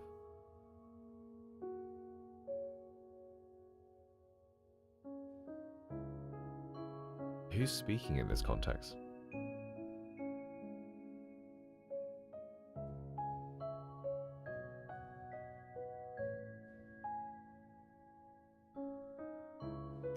do they want to hide it? Perhaps one day this world will be overrun by wanderers. Ivan suppresses the unease in his chest and takes a bite out of the chocolate. I think it's Ivan, isn't it? Well, just imagine that was Ivan, okay? Now all I can do now is stop the investigation on Dawnbreak and destroy the records. That way no one will ever know of your existence. Hopefully this will buy you more time to prevent the world from collapsing. Zayne looks at the detective. I hope this will be our last meeting. Ivan forces a smile. Yeah. If I see you again, does that mean I'm going to turn into a wanderer? His expression becomes solemn. His smile gone. If the time comes, please, don't hesitate to kill me. Ivan watches Zayne's dark silhouette fade into the blood-red sunset. He murmurs to himself. This time, justice stands with the Grim Reaper. A familiar melody drifts through the darkness. It's Happy Birthday? Happy birthday, Dr. Zayne! The girl's clear voice rings out, her smile warm like the morning sun. Is he dreaming again? From now on, I'll always be by your side for your birthday. The girl's sincere yet slightly shy expression makes him unable to resist the urge to caress her cheek. He lowers his head and discovers they're holding hands. He reaches out, but right before touching the girl's cheek, she suddenly looks shocked. You aren't Dr. Zayne. Who are you? Zayne abruptly wakes up. A grey wall stares back at him. The alarm resounds, and the holographic screen starts flickering red again. Zayne takes a deep breath. What did that dream mean? How did the girl see him? It's as if she saw through time and space, through his dreams to realize he's not the doctor. Zayne's gaze sweeps over the windowsill. The jasmine quietly blooms under the moonlight. Whoa! Holy cow! Damn, Zayne is such a power character. Oh my gosh. Reading that got me emotional. Jeez.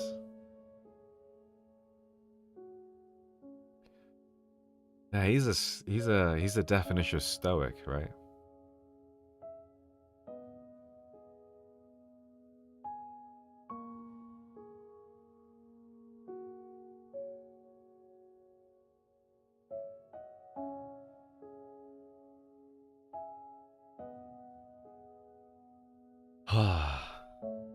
This alternate reality Zayne. I feel like every reality Zayne's sad, but this one specifically is like... just hits a bit different, doesn't it? Holy cow. That was crazy. Oh, Zayne.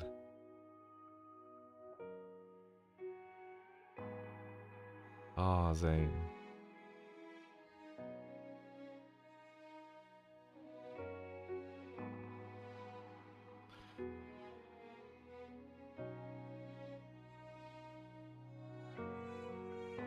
Oh man, this music, guys, damn it. This damn music. Stop it. Stop it. That was kind of sad. But when MC comes at the end and he's like holding her hands and stuff.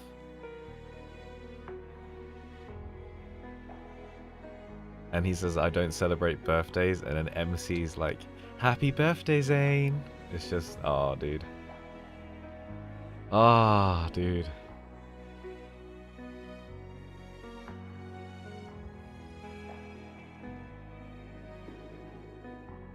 Well, now you understand Zayne girlies a little bit more, right? Yep. Yep.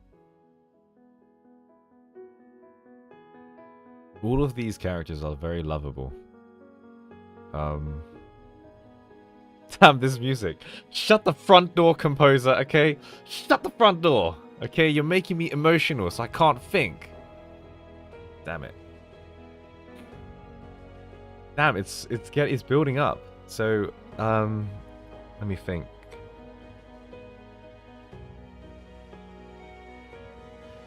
When he said, "I wish we don't meet again," when he said that,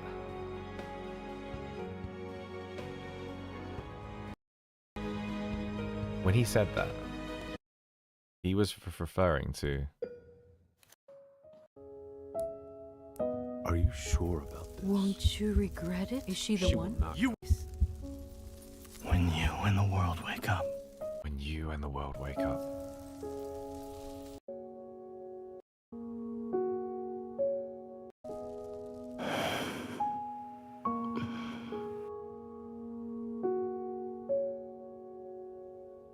I hope we do not meet again.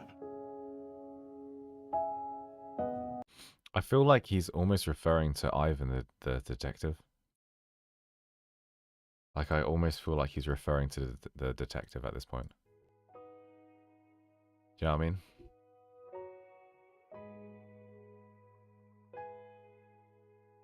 When you and the world wake up, I hope we do not meet again.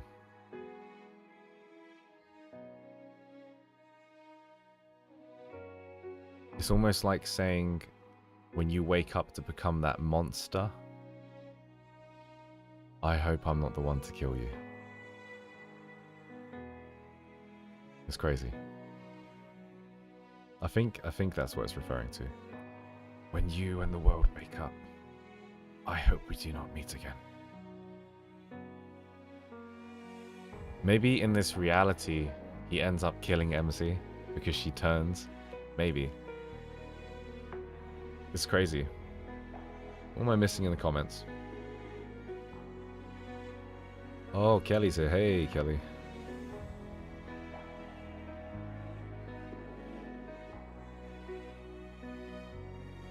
Any breathing, Mari? Was the breathing okay?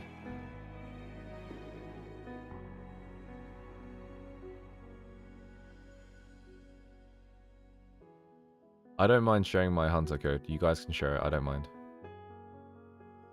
Oh, hey, I got Gacha Goblin on on Discord. Hey, Gacha.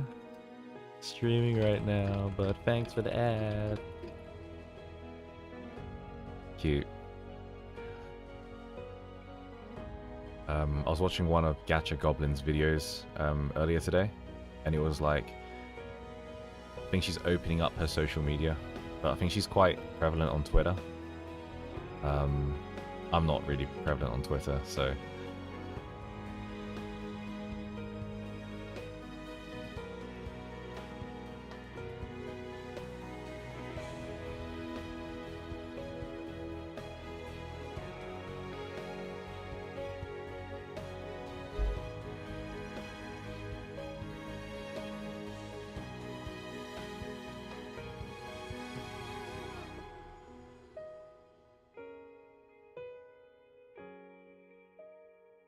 Okay, good.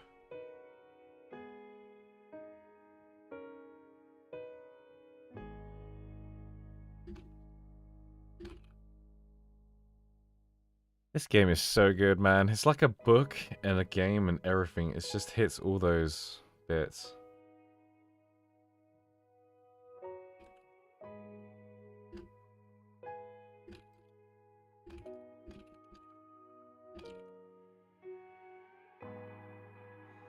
I could bring that back up. Dun, dun. The stream did not just start. We've been streaming for about 2 hours. Just about 2 hours.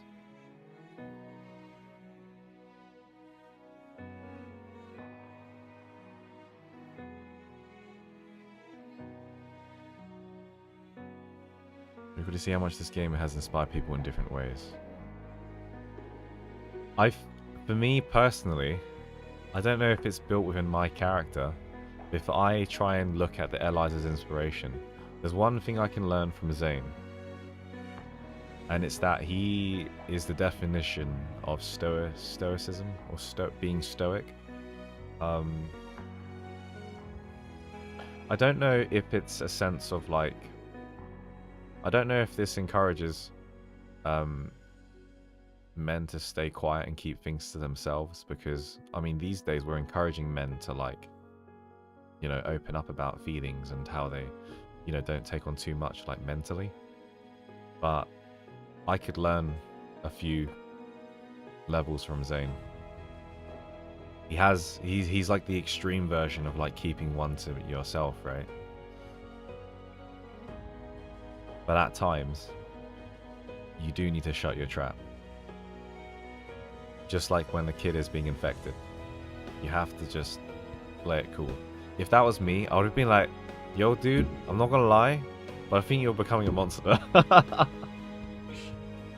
think I'd legit be like, there's like this thing coming out your eyeball.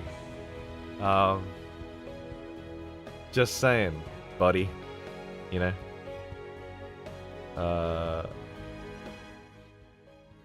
This music's getting so intense.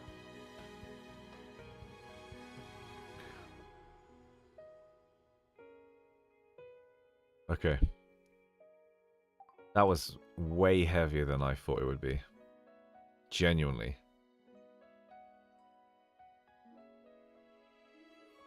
That was super heavy.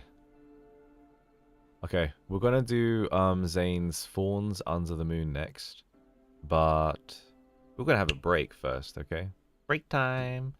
Break time, break time. Oh yeah, break time, break time. Oh yeah. Break time, break time. Oh yeah. Break time, break time. You guys want break time? Break time, break time.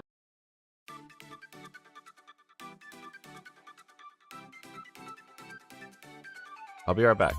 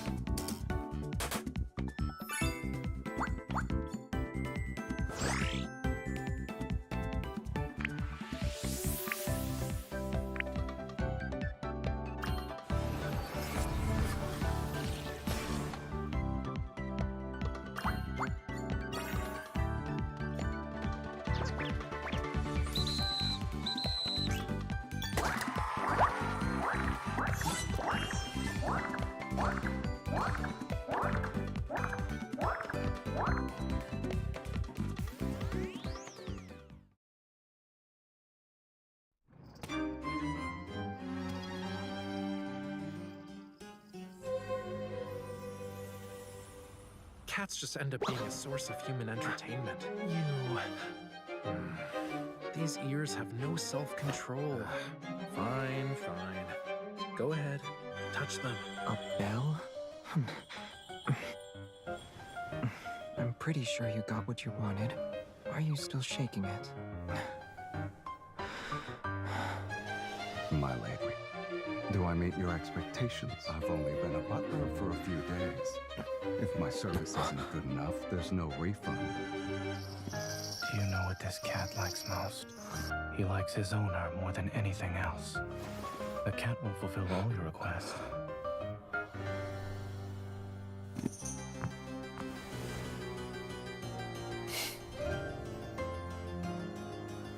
So you already prepared your trump card.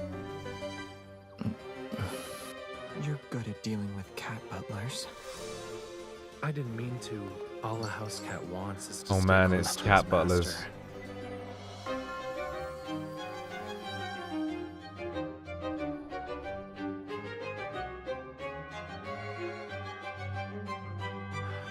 What I meant was, I'm not a stray. I'm a house cat.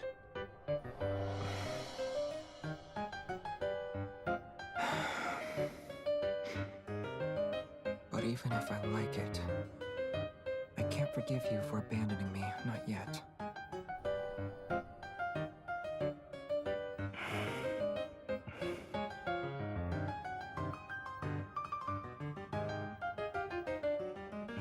And this is how I express Alright. my affection.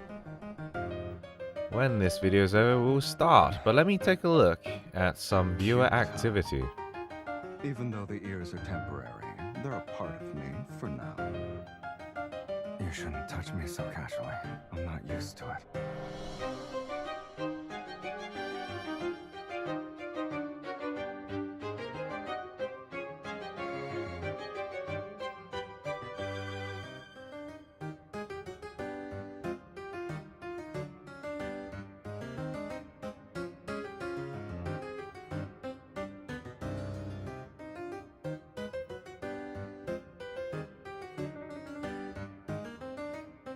Do do do do do do do do do do.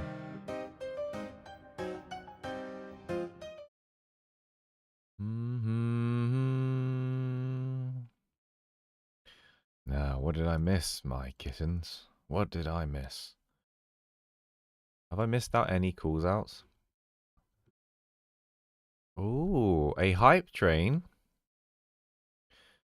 Mari gave out 10 community subs. Thanks, Mari. That's really sweet of you. That's so sweet. Thank you. Man, Mari does so much for our community, guys. You got to really thank her. She's awesome. Oh, wow. June, subscribe for 3 months at tier 1. Thank you very much for the subbies. 100 biddies as well. Did they get called out earlier? I didn't hear them, or was I just was I having my little break? I was literally messaging the mods when I went into the kitchen for some water. I was like, oh my gosh, that anecdote.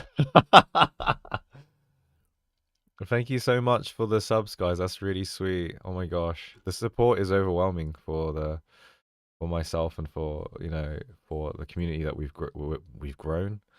The Discord was literally created on the back of Halsey, Mer, and Mari's dedication to this whole thing here. So honestly, owe everything to them. They've been fantastic, and can't thank them enough. Simply, have you guys seen Mari's new video today, Chasing Control? She did all the editing, but it was fantastic, and I was like, we have to put it on. We have to put it on. And I checked it twice. Mari was like, yeah, I can add a few bits here and there. And I was like, no, it's cool. Like, you're good.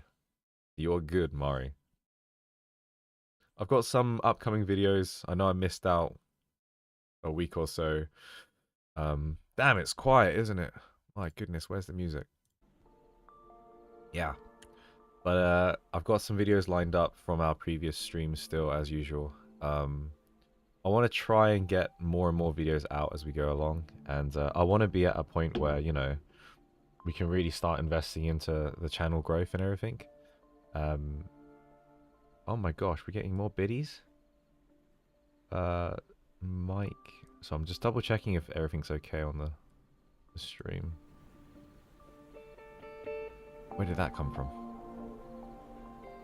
Oh, Mer for 100 bits. Thanks, Mer. Appreciate it. You guys are so sweet. Wow. So sweet today. Now, how many people do we have on YouTube and Twitch right now? So we've got 22 viewers on YouTube and we've got 17 on Twitch. Wow, it's pretty even split. Scarlet Reservoir today at 6:36.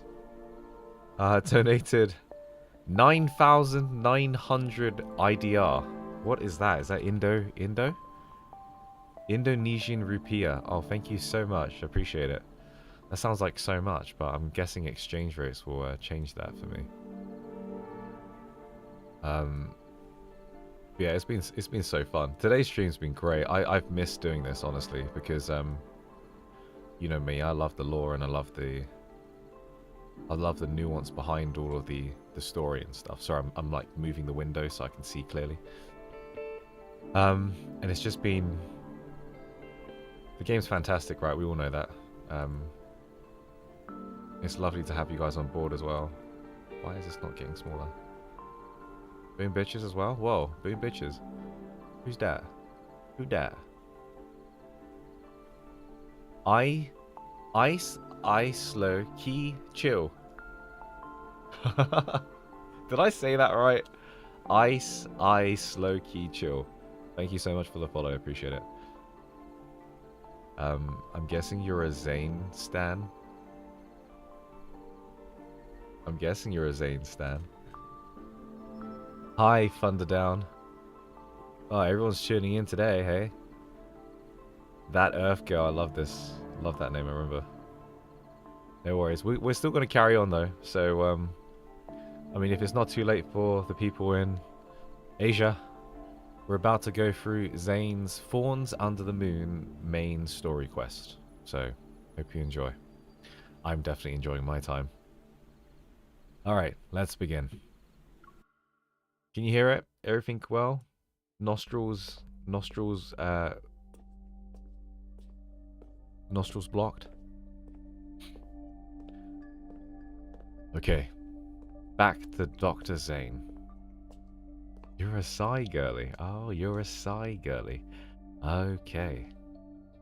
You must be one of those kittens. The sound of footsteps reverberates a hollow echo upon the marble floor. Now, looking up, Zayne once again sees that familiar silhouette of the girl.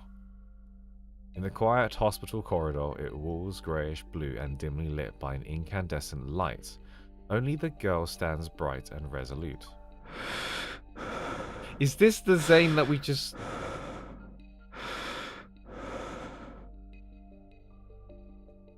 Is this the Zayne that we just read about in the anecdote? Is this why I was recommended to do it this way? Oh my gosh, I think it is. Yearning to call out to her, yet incapable of making a sound, he has no choice but to quicken his pace. He runs after her. Yet at that moment, terrifying black crystals erupt from the surrounding walls. No. Stop. Without the warning, the entire space distorts. Those sharp spikes hurtle toward the girl's throat. The what? Is he trying to kill her? Without the warning. Panicking, she turns to face him. As their eyes meet, her lips quiver in despair, softly whispering broken, desperate sounds. Zayne! Zayne! Zayne? Zayne?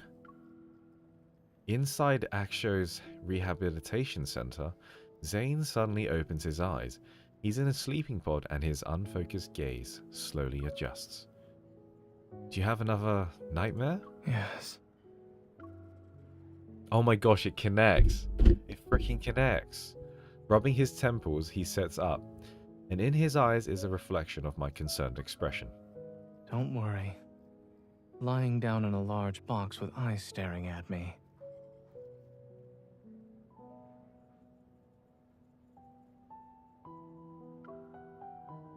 If I could sleep well with that happening, then you'd actually have something to worry about. Hey, I care about you. And what else am I supposed to do? Someone has gotten a good night's sleep ever since he returned from Mount Eternal. Someone hasn't, sorry. He also keeps using nightmares as an excuse. After returning from Mount Eternal 2 months ago, Zayne's health hasn't been good. It's gotten to the point where he can't even sleep at all. However, he doesn't talk about what happens in the Arctic. His recurring nightmare is the only thing he willingly shared with me. Now you still have a business trip next week. And at this rate, the doctor might end up collapsing before his patients. Even if I collapse, there will always be another doctor to take over. No matter what. I press my finger against his lips as a warning. No matter how many doctors there are, they're for other people. My doctor is right here, in front of me. All right. I'll be careful and stay alive. Now don't let my worries be a burden on you. I think you started having nightmares after I gave you that crystal fragment from the N109 zone. Zayne takes his coat from the coat rack beside the wall. Together, we enter the corridor. They aren't connected, so don't overthink it. It's just a coincidence. Speaking of which, there's been progress with the analysis of that crystal. Is it related to Protocol Syndrome? At the moment, I've developed a hypothesis based on the data. I'll share the details with you once there are conclusive results. Now stepping into the elevator, I press the button for the ground floor. Zayne's reflection appeared on the closed doors, the dark circles under his eyes underlining a deeper weariness. Come on, man, take your time. You should deal with your insomnia first. Since I can't sleep, I might as well be productive with my time. Hey, I know that feeling, buddy. Working on video edits and all that cheese. Yeah. So it's not that doctors can't treat themselves. They don't actually want to be treated. I ordered some milk for you. It'll be delivered to your place and should help you sleep. Also, the hypnotic music. Damn, my Are you triceps. referring to the lullaby playlist? Did you forget how old I am? Oh, guys, my triceps are aching like crazy. I hadn't gone to the gym like this whole month, and I went back 2 days ago. Oh my gosh, my body is just not used to it. I'm just trying to help as a normal hunter. You don't have to listen to me, Dr. Zayne. Since I am your one and only doctor, I should listen to you. We step out of the elevator and my watch begins to ring. Now someone's calling me. I gesture to Zayne and then move to the side to answer it. Think of the gains, bro. Bro, Caleb, bro, dude. How many push-ups can you do, bro? Captain Jenna. Hey, are you available right now? We've detected beta protocurve activity in a certain location. After a brief explanation, the Captain Jenna quickly ends the call. She sounds better. This old one does. Why are you frowning? Did something happen? My mission got an update. I need to check in with Captain Jenna, so I might not be able to have dinner with you. Just as I'm about to sprint to the hospital's main entrance, a pair of hands lands on my shoulders. Don't run just yet. I'll drive you there.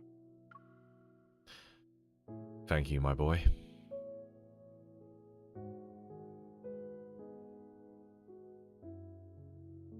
This is Jenna. Yep. It sure is.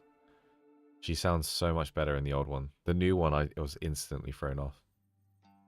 Now, upon arriving at the association, I find Alpha Team's office engulfed in silence. Only Jenna stands before the control desk. Her gaze is fixed on a few zoomed-in photos that are being projected. Perfect timing. Let's look at these together. She waves her hand and those photos are pushed towards me. And as I approach to get a closer look, it becomes evident that a distinct figure appears in every picture. The figure is also marked with conspicuous colors, which show traces of a beta protocol. All of them are from the same Wanderer. Yes, including this morning. Andrew has found its traces 5 times. Beta protocurve activity was detected in every instance. Now that means it's related to an ether core. It could very well be carrying one, or an ether core fragment. Another screen comes into view, showcasing an array of data and information, and positioned at the center is a blurred image of a wanderer. This wanderer can move by distorting space, and we haven't captured a complete image of it yet. However, the Intel department made a discovery. In areas where it did appear, many patients with protocore syndrome have fallen into a coma. Some even go into shock. My gaze then falls on the left side of the screen. The text reads, Location, Chanzia City. I'll be heading to Chansha City next week. There are a few patients with a severe case of protocore syndrome, so they require Oxo Hospital's assistance for their treatment. Those patients that Zayne mentioned might actually be victims of this wanderer. Right now, we suspect there's a connection between these two incidents. We could start looking into those patients. And it just so happens that Oxo Hospital will send a medical team to Chansha City next week. Captain, I would like to make a request. Let me join the medical team as a hunter escort to the investigation of the Wanderers. Your request has been approved. Our Chansha branch has also started its own operation. Your mission is to confirm whether or not there are signs of an ether core. You can contact us anytime if you need help. We'll be there to offer whatever assistance we can. Understood. I'll be careful.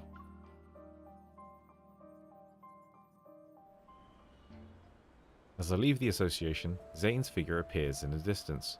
He's been patiently waiting by the road. Just as I'm about to walk over, a massive bouquet of white roses suddenly appears and engulfs my vision. Miss, I've heard so much about you. It's an honor to finally meet you in person. And you are? I'm sorry. I almost forgot that this is our first meeting. But you should have already received my business card a few days ago, along with the flowers. This man has a gentle gaze as if to be friendly. He extends his other hand towards me. I'm Carter, from Xander Sciences. I recall seeing a business card that had mysteriously appeared on my desk not too long ago. It was accompanied by attention-grabbing deliveries as well. Oh, those were from you? Thanks to your efforts in apprehending those protocore merchants, Xander Sciences was able to recover a valuable batch of protocores. Many patients were saved as a result. Naturally, I wanted to express my gratitude. I wonder if you'll do me the honor of having dinner with me, miss? She already has plans for tonight. A hand pushes away the bouquet. Zayne then pulls me to his side, and he moves to stand between me and Carter. Upon seeing Zayne's face, Carter's expression noticeably darkens. What a coincidence, Zayne. It's been such a long time since we last saw each other. Why don't the three of us have dinner together? My treat. My gaze quickly shifts from Carter's smile to Zayne's indifferent eyes. I sort of understand what's going on. I'm sorry, Mr. Carter. The association strictly prohibits hunters from accepting dinner invitations for work purposes. Let's go. Just as I'm about to turn around, the bouquet blocks my path again. Miss, I understand there are rules about not having dinner, but the flowers didn't do anything wrong, right? Before I have the opportunity to decline, Zayne swiftly takes the white roses. He glances at them, and with a blank expression, he gives the roses back to Carter. They're much appreciated. Unfortunately, there's no room for them in my car. Miss Hunter? With Zayne holding my arm, I leave. Carter persistently follows us. Actually, I'm here to give you a reminder. He's a stalker, isn't he? The outside world isn't as safe as Lincoln. Be careful when you're traveling.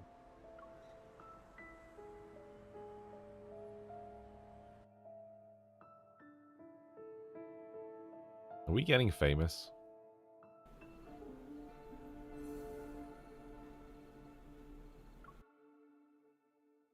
It's the first time I've met Carter, so it might be a spoiler. Seatbelt.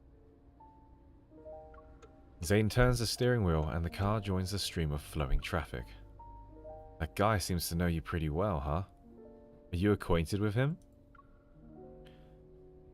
And Xander Sciences.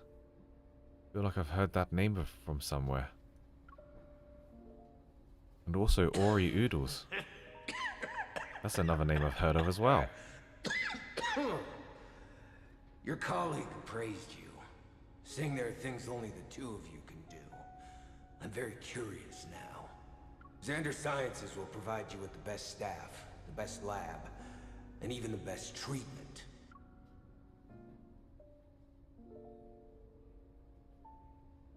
Ori Oodles, thank you for the follow. The person Raymond mentioned when we were at his place. That's Carter, right? We studied under the same professor. That's it. The paths we're walking are completely different. You two aren't like-minded from what I can tell. I also feel like he's... I wouldn't say he's crazy, but he's weird. It's a little suspicious. It wasn't obvious he didn't show up just to invite me to dinner. And I can see you're very cautious around him. Is there bad blood between you two? Like, you can tell me about it. It's not interesting. Zayne has bad blood with someone. And he's wary of him? Isn't that interesting already? The fact that he gave you roses is more than enough to put me on high alert. Someone's getting jealous. But when he told you to be careful while traveling, I doubt that was a simple, friendly reminder. Just as I'm about to tell Zayne about my trip, I think twice. I shake my head and smile. Well, maybe Carter was annoyed by how we were ignoring him. And that's why he tried to scare us. Zayne glances at me, a hint of amusement in his eyes. He doesn't say anything else about this topic. 3 days later in Lincoln Airport. Who the hell is this guy? And he's got a model. Guys, he's got a model.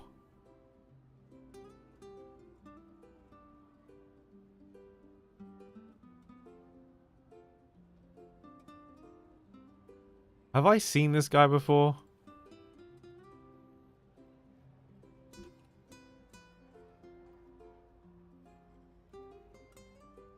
No, I haven't. This can't be another LI, right? So, you're our hunter escort this time. Pleased with Grayson's reaction, I can't help but imagine if he's a love interest. I move closer to him and shake my plane ticket at him. What's that expression? Do you feel relieved, or are you even more anxious? Do you want to know the truth? Thompson. I know who Thompson is. He had a model as well, right? Yeah, he did. Okay, fine. I'll let you slide for now, Grayson. While Grayson's tone sounds light-hearted, a subtle tinge of concern appears on his light expression. They say the hospitals are doing an academic exchange, but in reality, we're going there to help them. Why else would they send such a large team, or even request a hunter escort for that matter? Having Zayne fly all the way there, the situation must be pretty bad. Actually, the main problem is with one of the patients. Grayson lowers his voice and leans in closer. His biopsy results show that the crystals in his heart have a certain shape and structure that's different from the ones you'd see with protocore syndrome. Also, when he was admitted to the hospital, he caused a metaflux burst. As if worried I wouldn't believe him, Grayson takes out his phone and shows me a video. My friend who works at Chancha Hospital sent me this. All the flux stabilizers in the ER went down. It was a mess. In the video, the sound of an alarm fills the air and the light flickers uncontrollably. Despite the shaky and blurred footage, the chaotic nature of the scene is unmistakable. An abnormal heart, a sudden burst of metaflux. A picture begins to form in my mind, something strangely familiar. Thankfully, no wanderers showed up, but it's strange considering how high the fluctuation index was. Is that how Caleb exploded? Was that his heart? Or Grandma's heart? Because that was an explosion. The fluctuation index only tells us the chances of a wanderer appearing. It's not guaranteed. But given the nature of the energy fluctuation, it's weird not a single wanderer appeared. I watched the video again to search for anything I might have missed. Is the metaflux a result of the patient being exposed to the wanderer and the beta predicurve? Grayson, do you mind showing me the other documents related to this? Sure. What would you like to see? Thanks, buddy. You shouldn't make assumptions when things are still uncertain. As Grayson and I lean in, a hand suddenly appears between us. Grayson is slightly nudged to the side. Dr. Zayne? In one smooth motion, the hand takes the phone, turns off the screen, and then places it back in Grayson's hand. Shansha Hospital was built a long time ago. It's not uncommon for their flux stabilizers to experience malfunctions. As for the patient's biopsy results, they need to be further analyzed along with other reports. It's too early to jump to any conclusions. I lock eyes with Zayne. He stands before me with one hand resting on the handle of his suitcase. Good morning, Dr. Zayne. I hold up a paper bag. Do you want a black tea cake or egg sandwich? You can only choose one. Of course he's going to pick the black tea cake. Of course he would, you good boy. Did you arrive at the airport early to buy breakfast? When did I ever say that? I retrieve my suitcase from behind a chair and proudly present my ID as a hunter escort to Zayne. Surprise! Contrary to my expectations, I see no traces of astonishment in Zayne's expression. Instead, he calmly hands me a hot French vanilla latte. Have you ever thought about who approved and signed your escort application and ID request?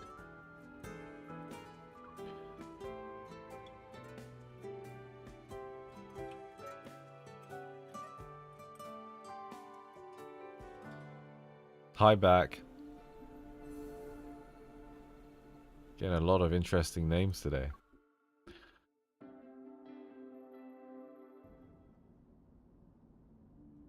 The flight takes several hours, and eventually the phone lands at Changsha Airport. Boarding the shuttle sent by Changsha Hospital, the medical team immediately heads to their destination. The chief of surgery, his hair already starting to grey, exchanges pleasantries with Zayne before quickly delving into a discussion about the patient. They're on ECMO. After the open heart surgery, adhesions began to develop. And this morning, we saw the crystals spreading. They're very close to the lungs now. Then we'll have to perform surgery as soon as possible.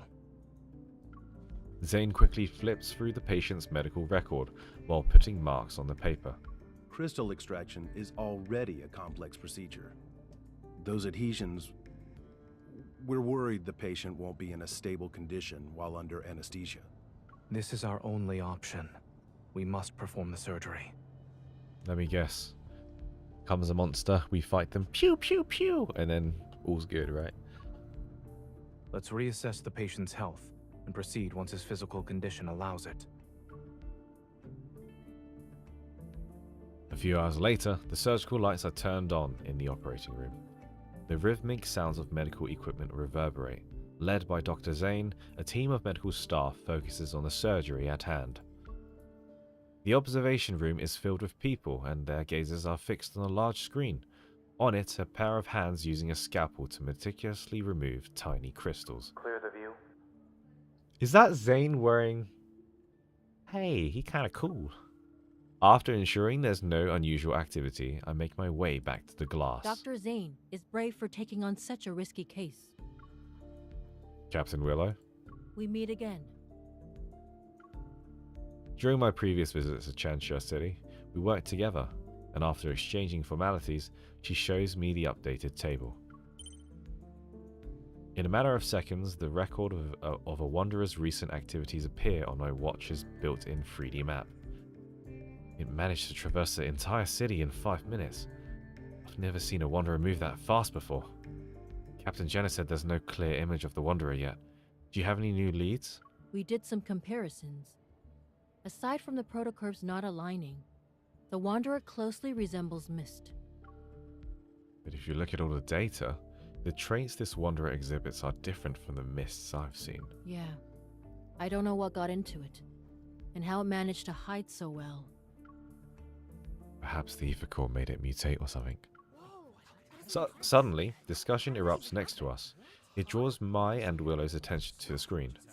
A scale-like tiny crystal is slowly being peeled away from the edge of a blood vessel. Surgeons have some steady hands, huh? That crystal is exactly like the ones on the monsters in the N109 zone. Zayne must have noticed it too. Regaining my composure, I immediately look at him. Under the surgical cap, his eyes remain calm and focused. He continues with the procedure until the crystal is placed onto the surgical tray. All right on the ultrasound? Yes, it came off. Any bleeding? No. Let's wrap it up. Applause erupts throughout the observation room, and relief washes over me. However, I feel a strange, unusual tremor in my chest. Something is rapidly expanding. Am I going to explode? Metaflux? The alarm from the flux stabilizers resounds throughout the entire operating room. Captain Willow and I exchange a look and immediately get to work. She starts evacuating the spectators while I run to the intercom. Zayne, a wanderer is about to appear. You need to move. Dr. Zayne, the patient's blood pressure is dropping. Increase the adrenaline to 0.1 micrograms. The alarm becomes louder. I immediately pull out my gun and aim at the area where the energy fluctuation has peaked. The faint energy fluctuation dissipates, yet the tremors I feel in my chest show no signs of subsiding. Zayne, you need to leave, or else it will be too late. The patient's vitals are unstable. Moving them isn't feasible right now. Through the glass, Zayne looks up at me, his gaze as calm as ever. Can you suppress the accumulating metaflux with your evil? I meet Zayne's gaze that carries a subtle attempt to comfort me. My attention turns to Grayson and the others who are visibly worried. They await my response. I'll do my best. Give me 5 minutes. Let's continue.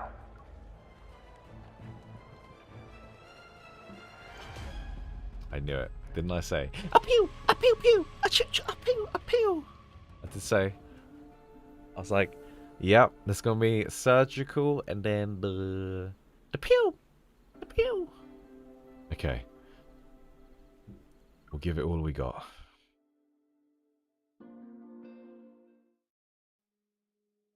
Using my evo and the flux stabilizers, I successfully buy the necessary time for Zayne to finish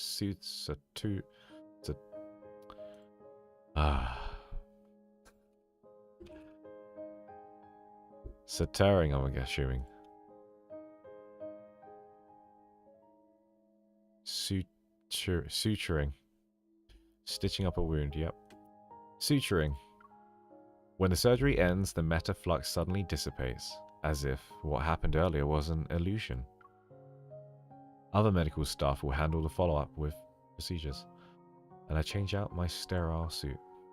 Just as I'm catching my breath, Zayne pulls me into the lounge where there's no one around. Oh, I was hoping he'd be in the whole thing. Examination.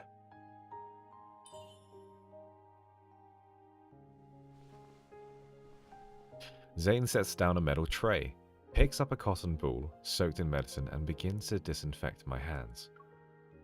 I'm fine. I might have overdone it, but my use of evil is better than before. While that is how you feel, I suggest waiting for the results and listening to what your primary care physician has to say.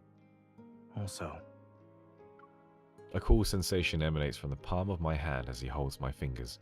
He applies patches to each one. you should be well aware that the metaflux earlier wasn't something an ordinary wanderer could generate. You knew since the beginning. Don't tell me you actually believed I thought you were a hunter escort whose sole purpose is to protect us. Of course. You and Dr. Noah have known about the existence of ether cores for a while now. Straightening my posture, I start to think. You noticed it during the surgery, right? That crystal was very similar to the sample I gave you.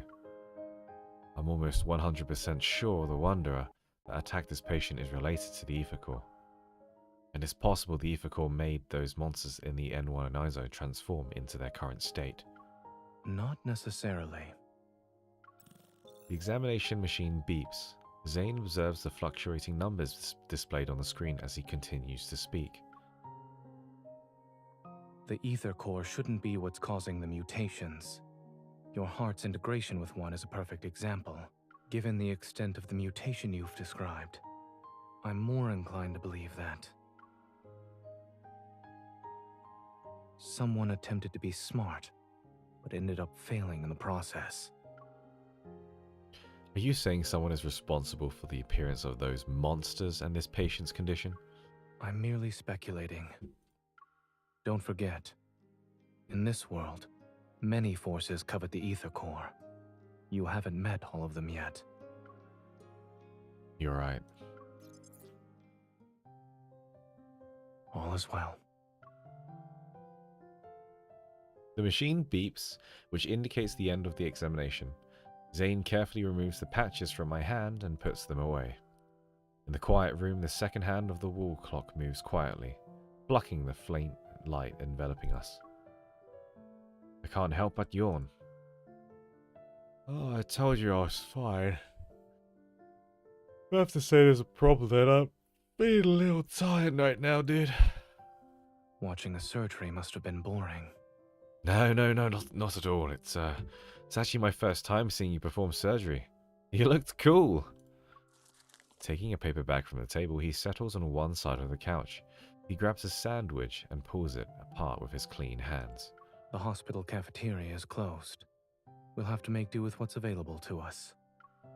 While the chaos has subsided, the persistent scent of disinfectant lingers in my nostrils. While my body is tired, my mind is still excited. I decided to direct my excess energy to the surgeon himself. Well, weren't you listening to me before? Someone said he'll learn to accept compliments from others.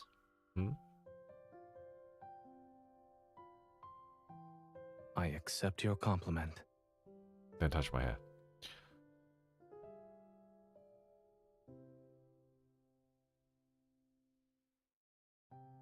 The sandwich bread is already flat and no longer looks appetizing.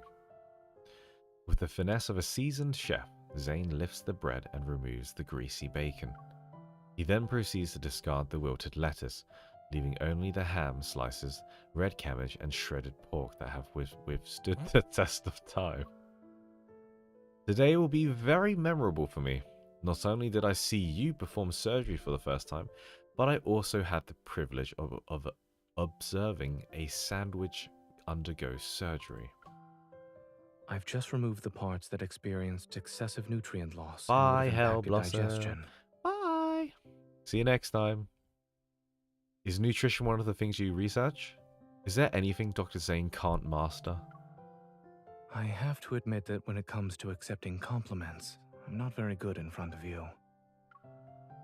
But I suppose there's a chance for you to teach me in person. Looking at me with a meaningful expression, Zayne places the surgery-affected sandwich into my hand, then pulls out his phone and doom scrolls. Baffled, I lean in and watch as Zayne taps on a message notification.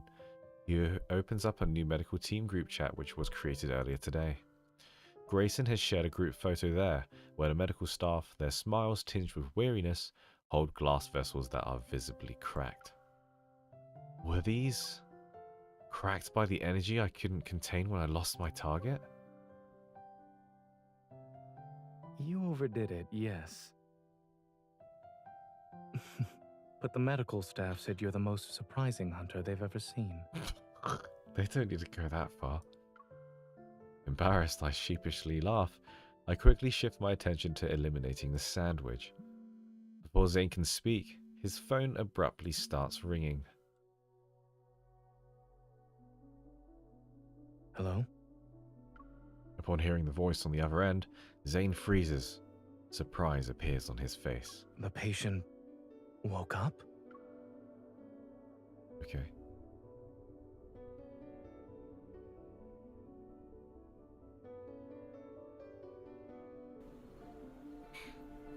Interesting. Interesting. I'm just going with the story because I'm enjoying it. Now, when Zayne, Grayson, and I arrive at the entrance to the ICU, a nurse approaches us. Do you know why he regained consciousness so quickly? We're not sure. He shouldn't have woken up already. Look at this, Dr. Zayne. All his vital signs are improving. Yo, I didn't know Halsey was in the game. Yo, where's Halsey? Yo, Halsey, I didn't know you was in the game. Yo, that was kind of OD. Yo. We're not sure. He shouldn't have woken up already. Look at this, Dr. Zayne. All his vital signs are improving. That's definitely Halsey, 100%. She's like, Dr. Zayne, touch my notepad. Look at it. Zayne and Grayson change into sterile suits and enter the ward. I wait outside.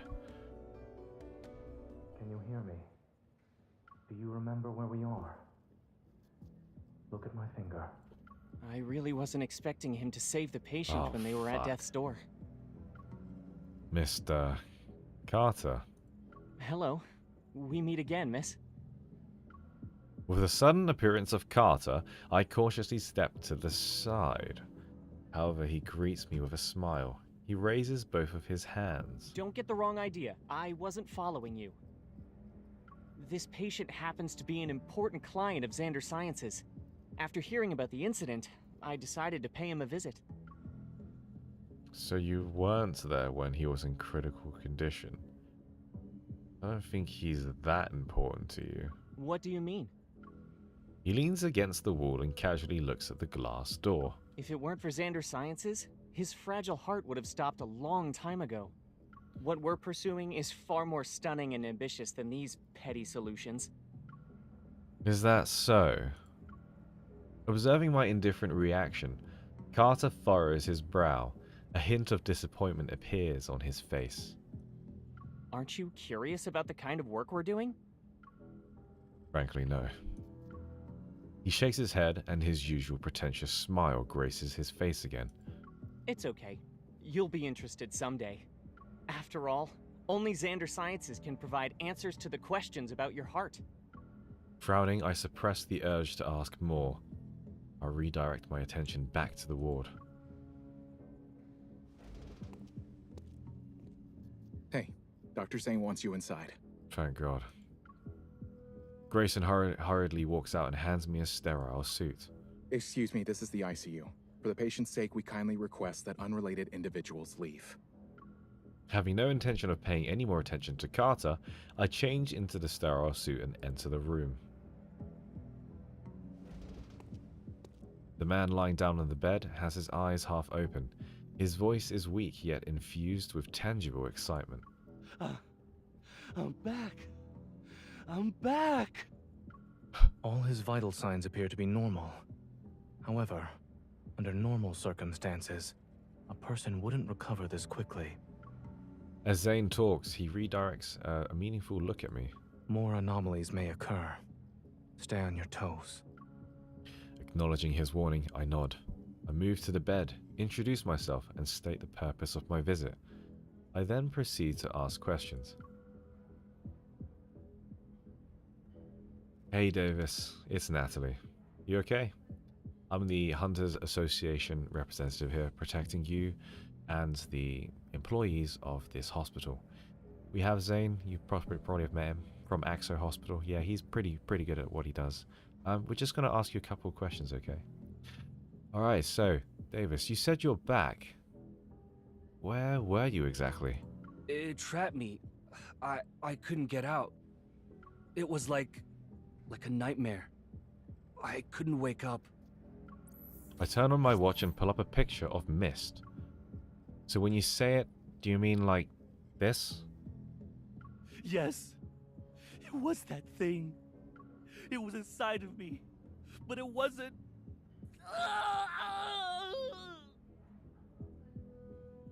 I was going to make a joke then, but it didn't seem like a time to joke. It was inside of me. But it wasn't.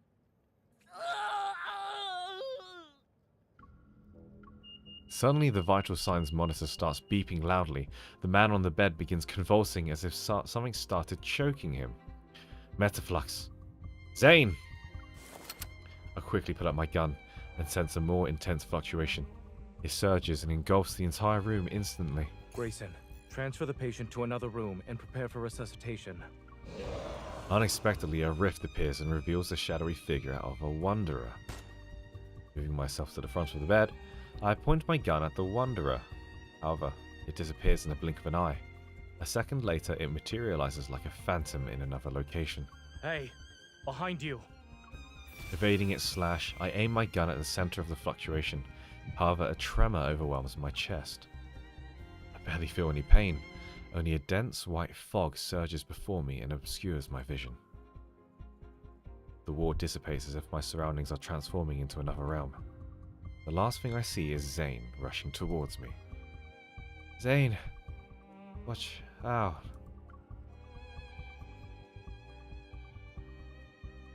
Interesting.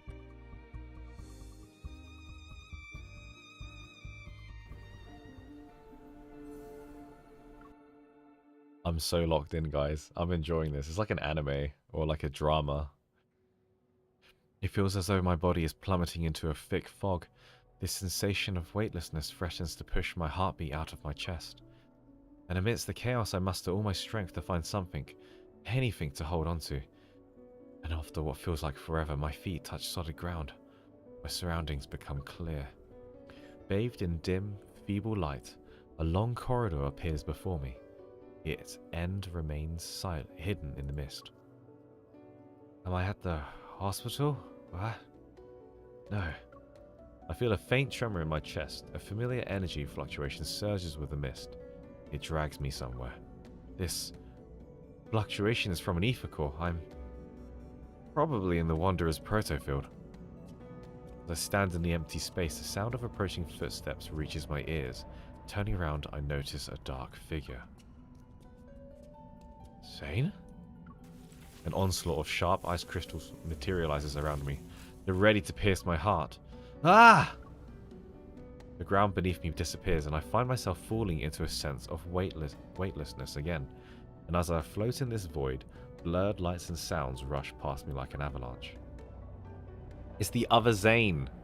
Within the boundless darkness, it's as if a pair of hands is gently lifting my tired soul. I struggle to open my eyes, and after feeling my steady heartbeat for several seconds, I sit on my bed. You're awake.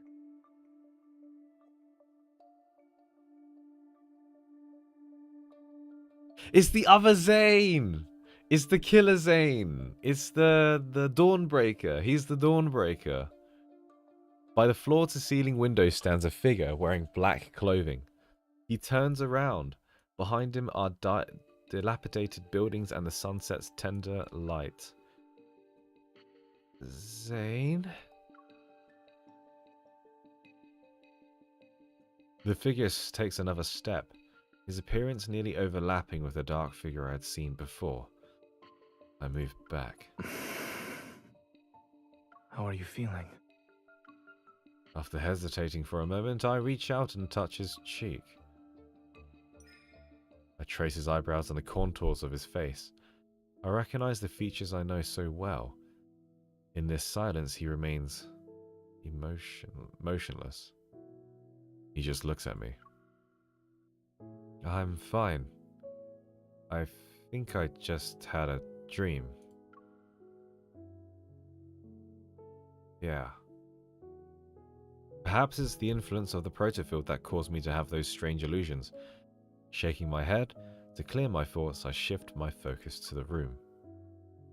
The cracked greyish-white walls, across a space where a sofa, holographic screen, refrigerator, and various functional home appliances exist in close proximity.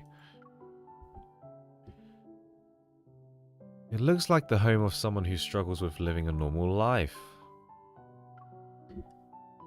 Do you remember what happened in the ward?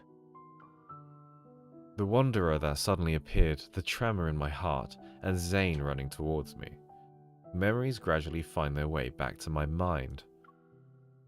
Are we still in the Wanderer's protofield? Yes. Following Zayne's gaze, I get up from the bed and join him looking out the window. As the final remnants of twilight vanish, the city stands before us under a light blue sky. Its desolation is evident. This place is a rusted skeleton of its former self. We just traversed the multiverse. And although it's faint, the energy fluctuations around us are similar to an ether core. The Wanderer's protocol must possess an ether core's energy. But in my dream, it's as if the chill from those ice crystals still lingers in the air. I grip my arms more tightly. You're awake now. Remember that whatever you dreamt about was only a dream. A blanket is draped over my shoulders. I reach out, but he walks away before I can touch him. Zayne opens the refrigerator, revealing a collection of peculiar bottles with mysterious liquids and a jar half filled with chocolate. Oh my gosh. Dude, the kid! The kid! After opening the drawer, he offers a few pieces to me. The packaging unexpectedly fancy. I'm not hungry. According to my perception of time, you've been unconscious for 2 days. Huh? If you don't eat or drink something, I'm afraid you won't have the energy to find the Wanderer. The scent of chocolate saturates the air and ignites my appetite. What if the Wanderer launches a surprise attack while we're resting? Despite my words, I find myself sinking into the worn-out couch. I unwrap the chocolates with Zayne. I look up, and my gaze falls upon a bit of vibrant green on the desk. It's a flower pot with a jasmine in it. It sticks out like a sore thumb in this desolate world. While the branches and leaves retain the green hue, the stem has already started to wither. Is it normal to see jasmines in a Wanderer's protofield? What are you implying? The patient who was attacked by the Wanderer fell into like a nightmare. They were trapped in their own dream. In other words, the environment we're currently seeing in the protofield must also be a manifestation of someone's dream. And I don't remember ever seeing anything here. So, this is your dream? Are there any comments you'd like to make about it? Even in a world as broken as this, chocolate still exists. Huh. I expected nothing less from you. Shouldn't you be saying something like, "Thank goodness it's Zayne's dream. We can still eat chocolate." Zayne, who's wearing nothing but black clothes, appears somewhat strange. Maybe this is how he sees himself in his dreams. I have dreamt of this place. However, the jasmine hasn't wilted yet, and the world itself isn't in such a dilapidated state. Is this the nightmare you've been having then? Zayne is quiet for a while before responding in a soft voice. Yes. Don't be scared. Dreams are the opposite of reality. I offer the unwrapped chocolate to his lips. I'll try it. Who knows? Maybe the chocolate in your nightmares doesn't even taste like chocolate. He lowers his head and he eats the chocolate. It's carrot flavored. Liar.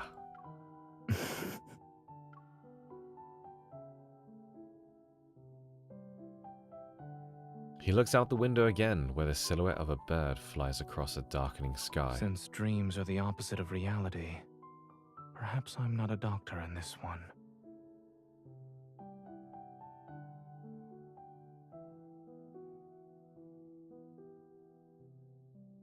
So this is Dr. Zayne dressed up as the black coat Dawnbreaker Zayne. But he's still the Zayne that we know, right? It's not Dawnbreaker pretending to be... It's not Dawnbreaker pretending to, like, know us, is it? It's the Zayne we actually know, isn't it? He's just wearing the clothes because he's in a dream. I think. Getting a little bit confused now. Because the way he's interacting with us and stuff, it seems like he knows us.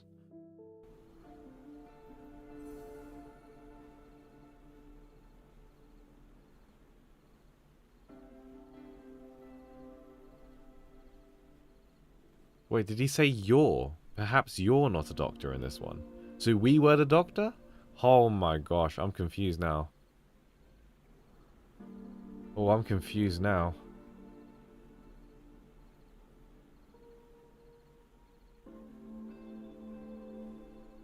Shit, did he say you're? Did he say you're? So that means we were a doctor in reality. Oh my gosh. Interesting.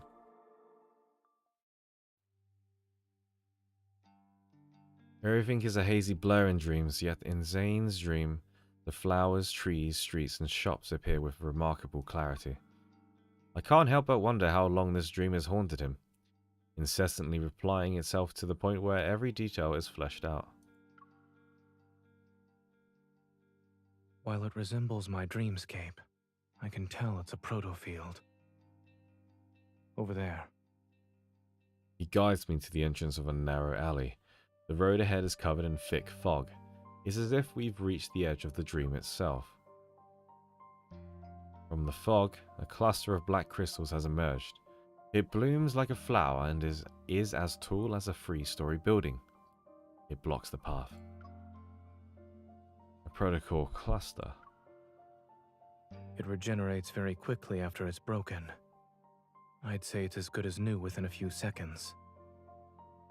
Yes, I tried destroying it before you woke up. As I recall my past battles, a hypothesis forms in my mind. I think I know what's going on here.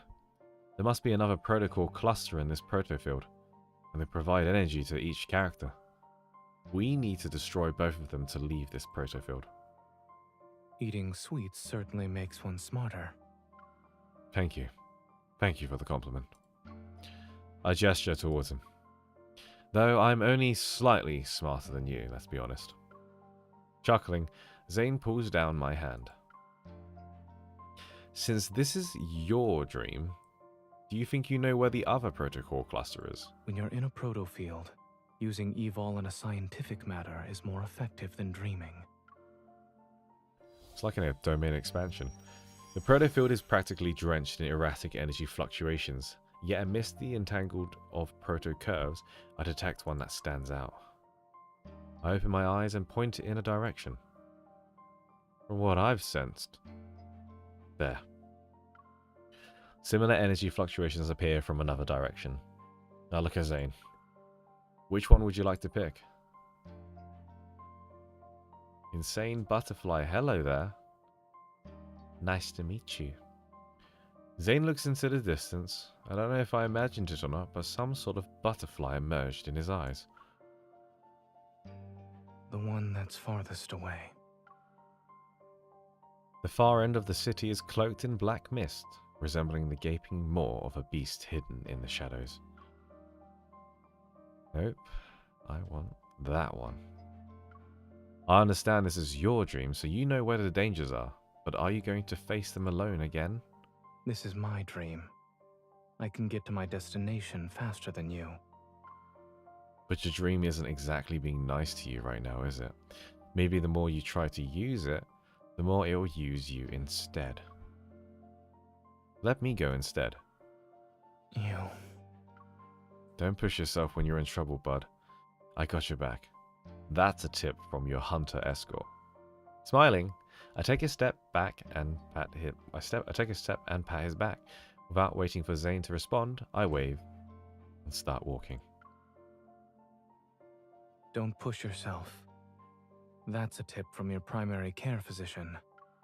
Behind me, I hear a soft sigh followed by Zayne's words that are tinged with worry. Turning around, I catch a glimpse of him standing in the shadows. He's far away now, so I can't clearly see his expression. I press my lips into a thin line and nod. Regardless of whether it's him or me, we know we'll always support each other. As the girl walks away, her figure disappearing from the fork in the road, Zayne turns his gaze towards the alley's depths. Within the thick fog, a broken streetlight flickers intermittently.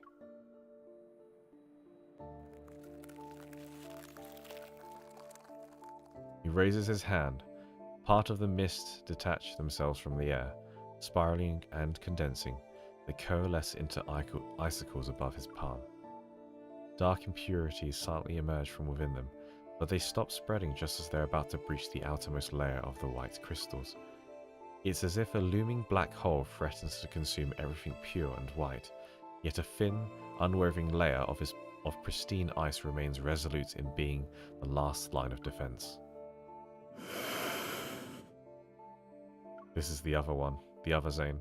Shadows stretch, and in the boundless fog ahead, the protocol cluster awaits his arrival like a slumbering wanderer. Within the mist, the cold wind materializes as aggressive figures sluggishly stir. The ice crystals in his palm slice the air and seemingly hit nothing, but a protocol cluster shimmers for a fleeting moment. As more wanderers emerge, their roars resound and their figures phase in and out. The ice crystals solidify into sharp blades. Zayne delivers his attacks with decisive precision. Blades of ice tear through the darkness, and a pungent scent permeates the air. The ground beneath his feet slowly transforms. It turns soft and slimy like a sludge, stubbornly clinging to his legs. Dazed, Zayne looks down, peering through the mist and layers of unclear ice. His gaze falls onto his palm. Zayne! A bloody hue taints his hand, and an eerie shadow is cast over his senses. That's Grayson! He's momentarily transported back to that bone-chilling nightmare. Zayne is shocked. He looks up and knows who's standing before him. The tension is palpable, gripping him. William? It's too late. Please. In the howling icy wind, Zayne hears his heavy breaths, and once again, he's returned to the endless snow-covered expanse of Mount Eternal. Bloody tears stream down from William's empty eye sockets, then an array of faces emerge from the cluster's projection. Aren't you going to celebrate my birthday with me? Why did you kill me? Is that the kid? Aren't you a doctor? You should have saved me. Why didn't you save Oh me, my gosh. child? Zayne, please. Kill me. He's suffocating. He's trapped. His head is spinning. Zayne notices his fingers are trembling uncontrollably. He staggers back only to trip over something again. It's just an illusion. It's not real. It's not. More and more hands stretch out towards him. They're frozen. The space around him shatters and distorts into mirrors. They reflect his bloodshot eyes. They reflect his hands are clenched so tightly that veins bulge. A black icicle suddenly pierces through the mirrors and shatters part of the protocol cluster. The protocol cluster doesn't regenerate. It resembles a cliff teetering on the edge, ready to collapse in on itself. She made it. As the mirror shards dissolve into black mist, the cold light intensifies and casts an ethereal glow. Determined, Zayne thrusts the ice blades towards the human figure. Zayne! The ice blade stops as Zayne's pupils contract. It's her. But she can't possibly be here. They're your patients. How could you? Am I next? You'll kill me, right? No. You're not Zayne. Who are you? It's a face he knows so well in this unspeakable nightmare. Her expression is filled with disbelief and pain. Yeah, it's her. Zayne, kill me! Black ice flowers bloom from her chest, their petals unfurling. She's as light as a piece of paper, separated from life's weight, yet she falls almost with a thud in his stiff embrace. Buzzing engulfs Zayne's ears as he once again pulled into the depths of a never-ending nightmare. While he knows it's an illusion, he can't break free. At that moment, the cracked protocol cluster pulsates with a blood-red light. The air trembles around it. The massive shadow before him breaks along with the other protocol cluster. The illusion in his arms changes again, but he doesn't look up. He only clenches his fist. It's time to end this. A cold gleam flickers and pure black ice crystals surge beneath him. They freeze every figure that lurks within the shadows. The darkness is suppressed, and his surroundings change. It's foggy. A blurry figure gradually emerges from the cracks in this space. Zayne conjures black ice and takes aim. However, his body becomes immobile as if he's frozen in place. You shouldn't throw yourself into danger just for her. Who? His entire body becomes encased in ice. Black crystals pierce his chest and spread to his fingers. The intense pain leaves Zayne back drenched in sweat. He's unable to control his body as he collapses. His heart races in fear as he hears that cold voice. Seek your destiny. Only then can you be redeemed.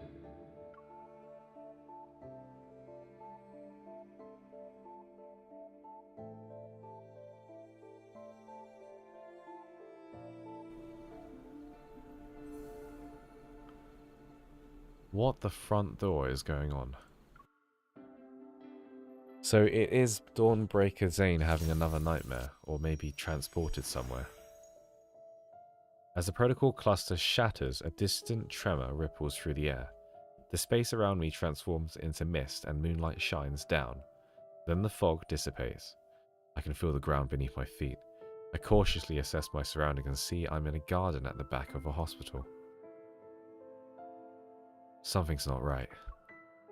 This is Lincoln's Axo Hospital, but we should be in Chenshire. My heartbeat quickens and a sense of foreboding washes over me. Holding my gun, I push open a door that leads me to the hospital. Behind the door, a white mist emerges.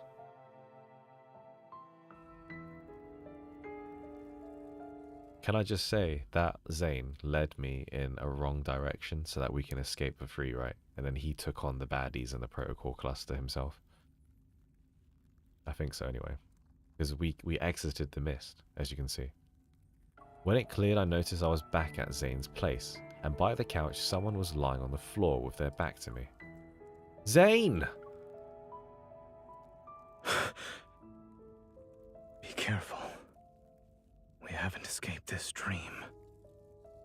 There are 2 layers, and the Wanderer is still here. I rushed over to Zayne and help him up. He weakly presses his hand against his left shoulder. His expression alone shows how much he's in pain. The ice. Zayne clenches his left hand and moves away from my hand. The ice. It's dangerous. Don't touch.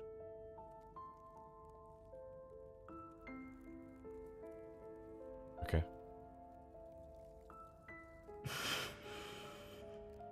It's too dangerous. I won't be able to control. Leave. Now. A sudden voice in my head gave me pause.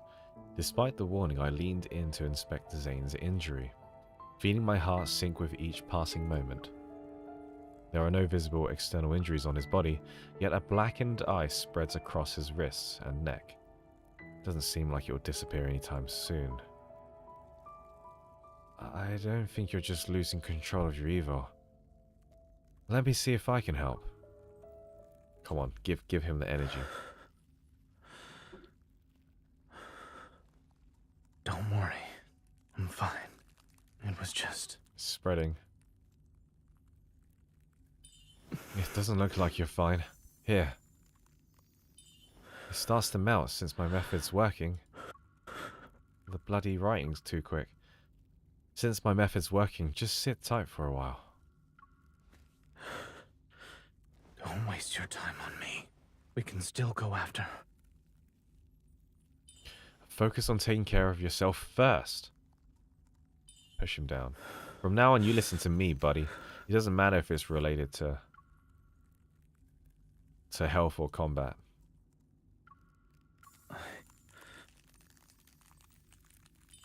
There's no use resisting. If I were you, I would pause and read the script. Just listen and follow along. I'll help you suppress your evil first. Tell me the area I should resonate with you so you can recover faster. My left shoulder. A little lower. Yeah? You might be more familiar with what happens in dreams, but I'm an expert in dealing with wanderers. If you rush in head first, you'll skip the first line that... Flipping out, it's fast. If you rush in head first, I won't save you. Was that feel good? I would hope so. You... I know how this nightmare ends. Wanderers aren't the only threat here. When push comes to shove, leaving me behind might be for the best.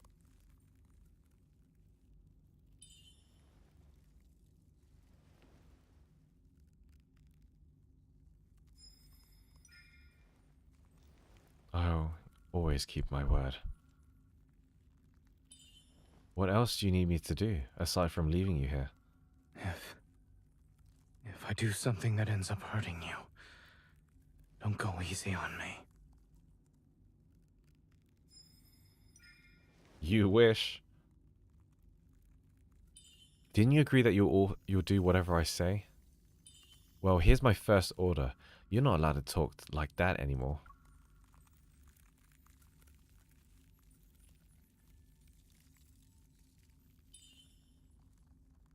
Wait, this is... Ah. Zayne, be careful. No, stay back.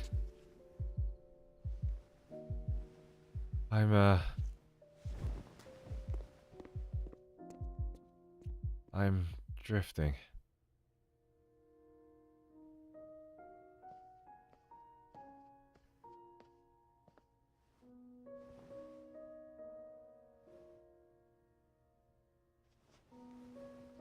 Letting you step into this nightmare, perhaps was another mistake.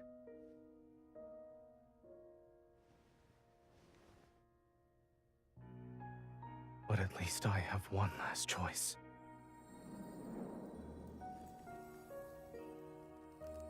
What is he doing? What?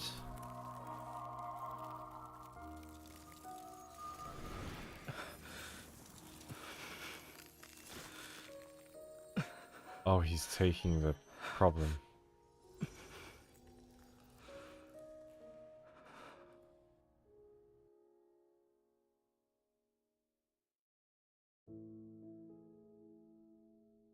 As I gather my thoughts, the weary face before me momentarily merges with a blurry image of Zayne in my fragmented memories, but they immediately separate.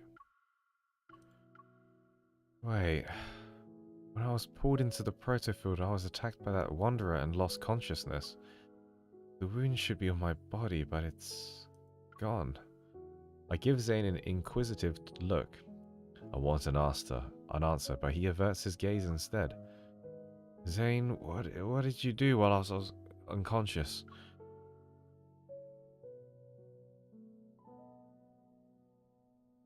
My hero.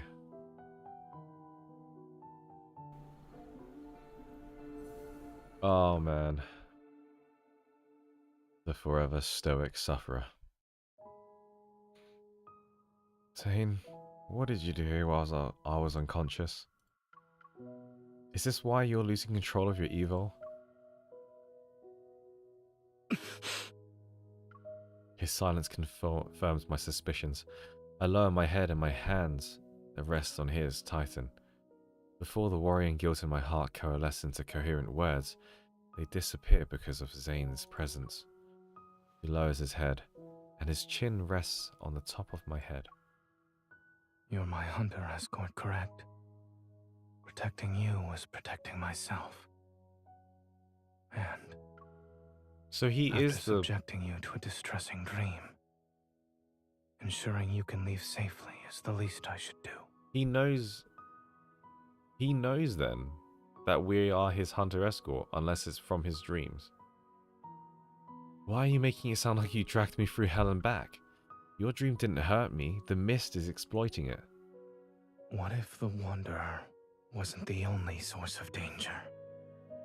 You've seen how bleak and oppressive this dream is. As you said, it's not exactly being nice to me. Perhaps the dream itself is the real threat here. Zayne talks slower, enunciating each word with a gentle tone. It's as if he's trying to calm his simmering inner turmoil. I realize something. After we entered the protofield that's based on Zayne's dream, he's been acting more hesitant. Could it be? Zayne, this nightmare is more than just a dream to you, right? I sense his hand subtly move, a testament to its master's emotions that are always restrained. A dream remains a dream so long as you wake up from it. But when that day comes, when I can't wake up. Are you worried that you'll be trapped in your dreams? Or that your dreams will encroach on reality? If that day ever comes.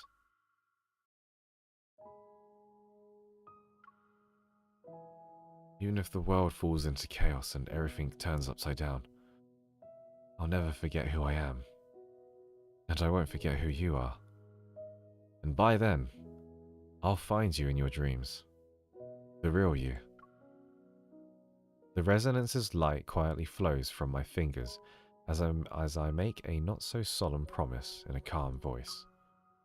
Zayne's breath hitches as if it's suspended in the air for a while. Then he exhales, his breath carrying the weight of unspoken sentiments. If all else fails, I'll bury you in the body of a snowman. You'll be a super big snowman. What? I close my eyes and banish the myriad of questions and worries from my mind. If you can't deal with it by yourself, then we'll face it together. I'm the best there is, so I'm sure I can lend a hand. I see your problem-solving skills are more on the straightforward, brutal side. Should we consider this a side effect of you becoming stronger? It's called having the freedom that comes with power.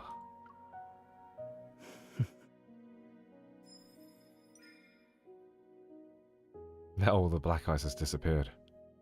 How are you feeling, Doctor? Does it still hurt?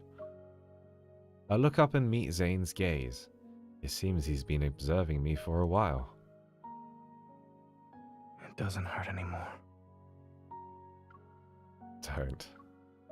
And just as I'm about to tell Zayne not to lie again, he turns over my hand. A sliver of glimmering icy light appears in my palm. He takes back his hand, and two chubby little ice seals stumble into my hand. You get two. As an escort, you are very professional while on the job. This is your reward, since I have nothing else to give you. Do you trust me now? He literally just made 2 Monties for me. Like, literal 2 Monties. From where I am, light and shadows dance upon his features. They accentuate the mirth in his eyes. And you keep telling me not to push myself, but you also need to stop disregarding your safety. He nods. I clench my hand and reach out to him. I help him stand up on his feet as I get up. Now you said... man, you're a big boy. Said this dream has 2 layers. Are we in the outer one because we broke the inner layer now?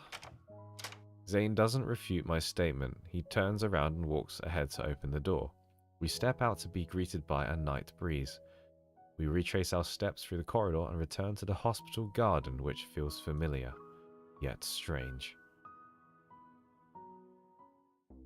A mutated wanderer's protofield defies normal logic. It could be hiding anywhere.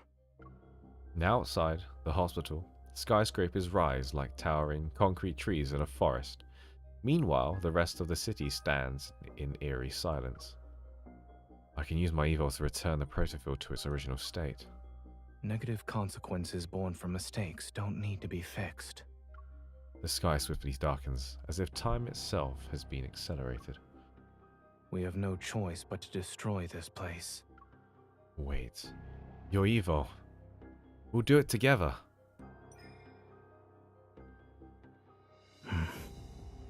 Are you ready? Oh, hell yeah. Black snowflakes drift from our interlocked fingers. The night wind momentarily suspends more swirling into a frenzied flurry once more. And underneath our feet, a banging soundtrack starts to play. The ground, the buildings, and even the particles floating in the air were all ensnared in the swift spread of the chilling night, wrapped in its icy rhythm. In an instant, the entire world froze into a black amber. A rift violently tears through the fabric of this space. The Wanderer can't hide anymore. It screeches and reveals its true form. There it is. Sephiroth. Zayne's coat flutters wildly in the wind. Amidst nightmarish darkness, an icy glimmer materializes in his hand. Let's end this before the breaking dawn arrives. Because he's a Dawnbreaker! He's a Dawnbreaker! Let's go! Dawnbreaker! Wow, I have neglected you and my... Oh, okay. I haven't got a overlay for this, guys, so you're just gonna have to deal with... You're just gonna have to deal with this overlay. There you go. This broken overlay. Because I don't normally do combat on stream, but here you go, guys.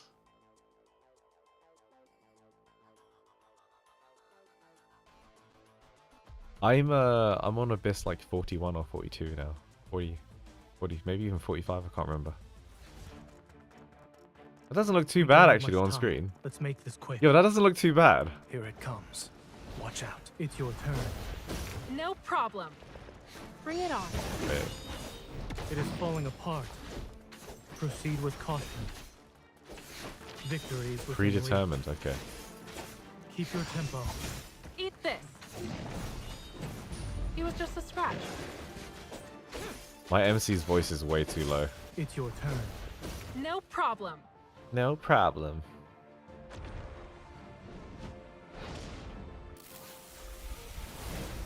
Oh, damn, that's This not is Sephiroth. dangerous. Look after yourself. She walked straight through it. Finger on me. My Be careful. Thank you, Zayne.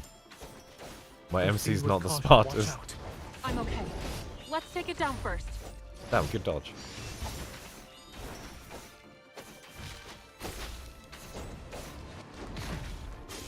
That was fast. It's your turn. No Gives problem. me a break at least. Eat this. Keep your Zayne. Oh my gosh, it's send just it on a journey. It's just rotating. Final journey.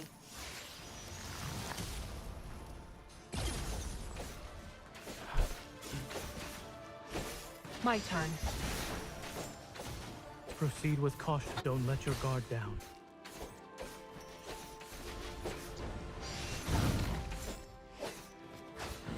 Zayne. Here it comes. Leave it to me. Is this what you wanted? Perfect. With our combined Here strength, we go. weak. It's broken now. Now's our chance. Eat this. Bring it on. That was fast. Not even a challenge. There we go. We got there in the end. Terry the Pterodactyl's here. Awesome.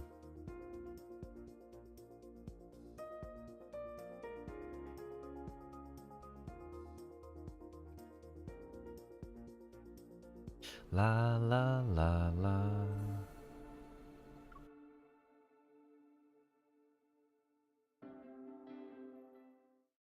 Once the final blow is dealt to the Wanderer, an intense tremor surges from the depths of my heart. But the resonance is unmistakably...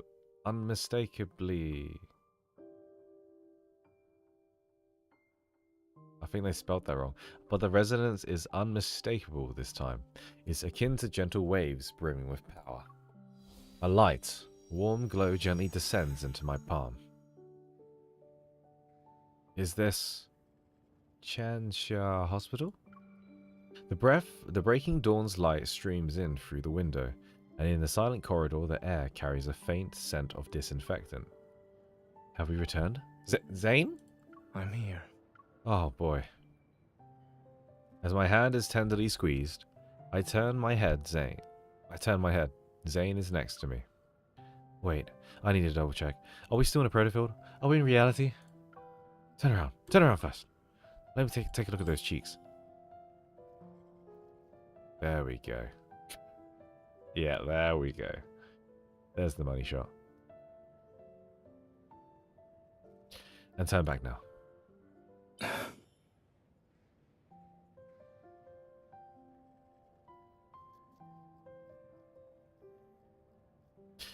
Though his expression has a bit of helplessness, Zayne still complies. Are you double-checking or making me play a game of turnaround? I'm confirming that Dr. Zayne is the person with me right now. A burst of laughter erupts from deep within me, but in the very next second I collapse onto the ground.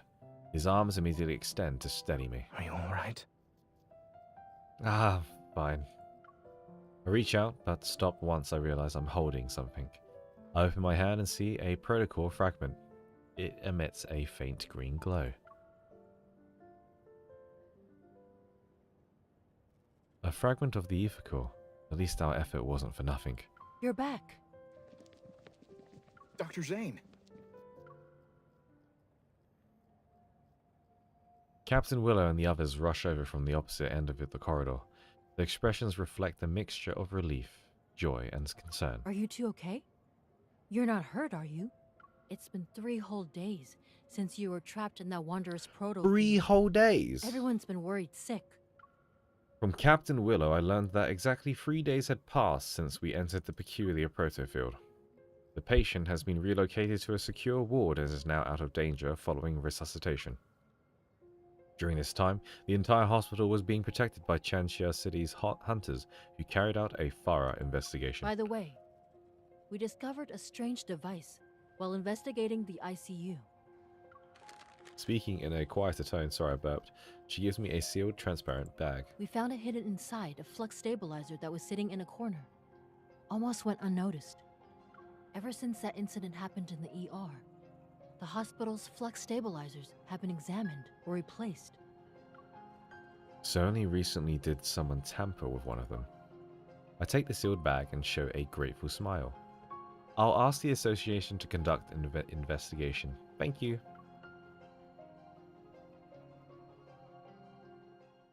Lincoln City, 3 days later. I open the door to Zayne's home. It's quiet. Zayne? I tiptoe into the living room. Zayne is peacefully sleeping by standing up. The curtains gently flutter in the warm breeze. Light and shadows glide from his nose to his chin. Is he sleeping whilst he's standing up? I move closer and place my hand over his chest. Phew. He's just sleeping. He must be exhausted. Oh, I cut him off whilst he was snoring, sorry.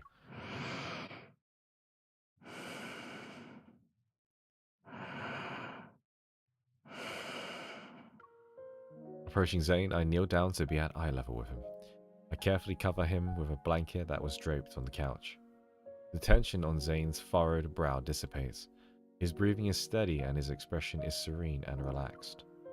I look at his face, the thoughts in my mind racing as I reflect on the whirlwind of events that have unfolded recently. He can finally rest. My watch vibrates. I leave the living room and answer Simone's call. I love that song. The preliminary analysis results are out for the thing you brought back. Tell me. It has an intricate structure. Took me a while to disassemble it. I found a radio frequency chip that resonates with metaflux fluctuations. Basically, it's an energy transmitter. It can locate protocores and even attract wanderers via fluctuations. A wanderer attracting transmitter. As I recall what had happened, one figure stands out as the most suspicious. Carter. He just showed up out of the blue, and after the patient displayed an abnormalities. I share my suspicions with Simone. She then poses her own questions. The complexity of this small device is far beyond his understanding, and even Xander's sciences. It exhibits highly advanced protocore technology. She's a traitor. Xander Sciences is a medical institution. She's a hot traitor. There's no way they could possess protocore tech that rivals the association, right? She's an attractive traitor. Ah. So, what are you thinking, traitor? After the founder of Xander Sciences, Raymond, passed away, the company's future was uncertain. Only recently was it acquired by a well-known group. Its biggest shareholder right now should be... Ever. It's at that moment, the fragmented pieces of information in my mind gradually lock into place and form a cohesive picture. Carter mentioned a patient at Chanshire Hospital had been undergoing long-term treatment at Xander Sciences. Raymond, the founder of Xander Sciences, was in a similar situation. If the peculiar crystals in the operating room and the monsters in the N109 zone come from the same source, well, that means Eva is creating monsters. Caleb is part of an organization that is creating monsters. Once again, Zayne finds himself chasing after that familiar figure. Under radiant sunlight, cicadas chirp in the background while the pristine azure sky stretches as far as the eye can see. The sun sits on the edge of the city's high-rise buildings. The girl turns to him. She smiles. At least he caught up to her. Finally. Oh, so this is Dawnbreaker Zayne. So before, we were dreaming and we were in Dawnbreaker Zayne's outfit, but it was Dr. Zayne. This is actual true Dawnbreaker Zayne in Dr. Zayne's body. If that makes sense. He holds out his hand to the girl and she firmly grasps it. And then he's gone back. That's so sad. Yet the two find themselves tumbling back into the seemingly endless empty corridor. Black crystals emerge from his palm. They encroach on the girl's forearm. Sunlight is engulfed by darkness once more. What, the front door?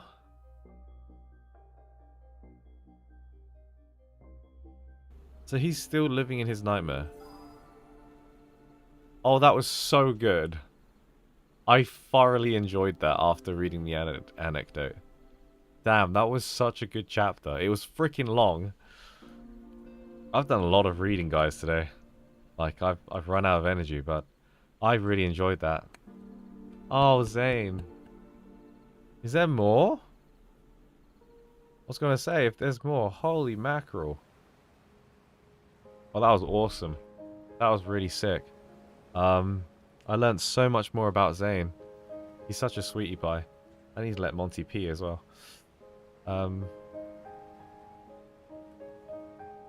Ah, man. And he bodies like... Dr. Zayne was dreaming. He was stuck in his nightmare and he was dreaming of being that. So Dawnbreaker Zayne dreams good dreams about being a doctor, and then Dr. Zayne has nightmares about being Dawnbreaker Zayne. So in that nightmare, he was in the outfit of Dawnbreaker Zayne and feeling the pain that Dawnbreaker Zayne goes through. And it was only right at the end there when Dawnbreaker Zayne was in Dr. Zayne's body, and then he got quickly put back into that reality. So it was good. It was awesome. Yeah, I can raid. I can raid. But that was really, really interesting. That was a fantastic bloody stream. That was a bloody good stream. We covered such good stories. Zayne is like... Oh, man. After doing this, I really like him a lot more. I do like him. I love it. Oh, jeez. All of these love interests are so difficult to rank. Like, who's the favorite? But I'm going to let it sit for a while and think about it, because I don't think there's an easy answer to it. But for now, I'm still a Caleb fan. I think I know him the most. That is brutal. Batman Zayne in another reality just fighting all the time. It's sad. I need to read more of these anecdotes. They're crazy good for backstory and understanding. That really helped me understand that, because if I just played that main scenario and with no context of the anecdote, it just wouldn't hit as hard. So that was really awesome. Wayne really sneakily grows on you. I like calling him Wayne. That would be funny. Right, I'm gonna end the stream here. It's been 3.5 hours, but we will raid Halsey. Okay? YouTubers, I can't do anything for you, I'm afraid. But if you want to join in on Twitch, I'm gonna raid Halsey and we're gonna... Wait, why would I stay here? Why would I stay? What? Why am I staying? We're about to... I can do it. I'm meant to do it, right?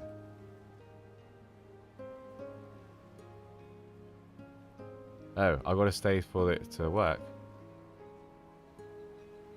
Can I not just do it?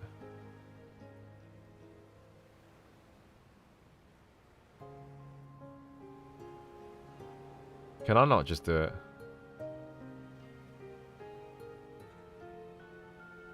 Thank you guys, appreciate it. Sweet.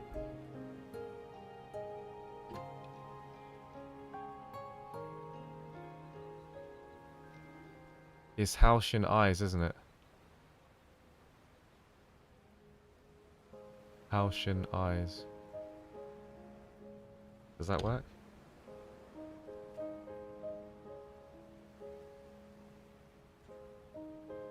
Awesome. Have fun, guys.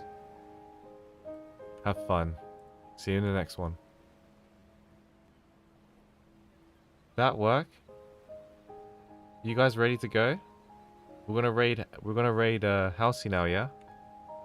The first time I'm doing this, so. Anyone else? We're gonna go now. Beep.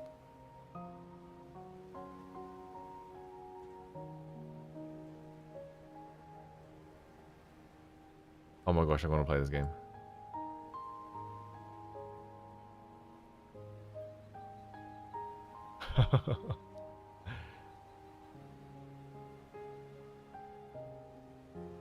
Please, hi. Oh my we gosh, did a that's shout so out for him, cool. didn't we? Did we? So does that end Yes, my we stream? did. Why do I not see it? I'm Am I blind? curious. Anyway, hi. Hi. Hello. My name is Halcyon Eyes. You can call me Heller Halsey. We are currently playing Five Hearts, One Roof. Under One Roof. I want to play this game. Woo!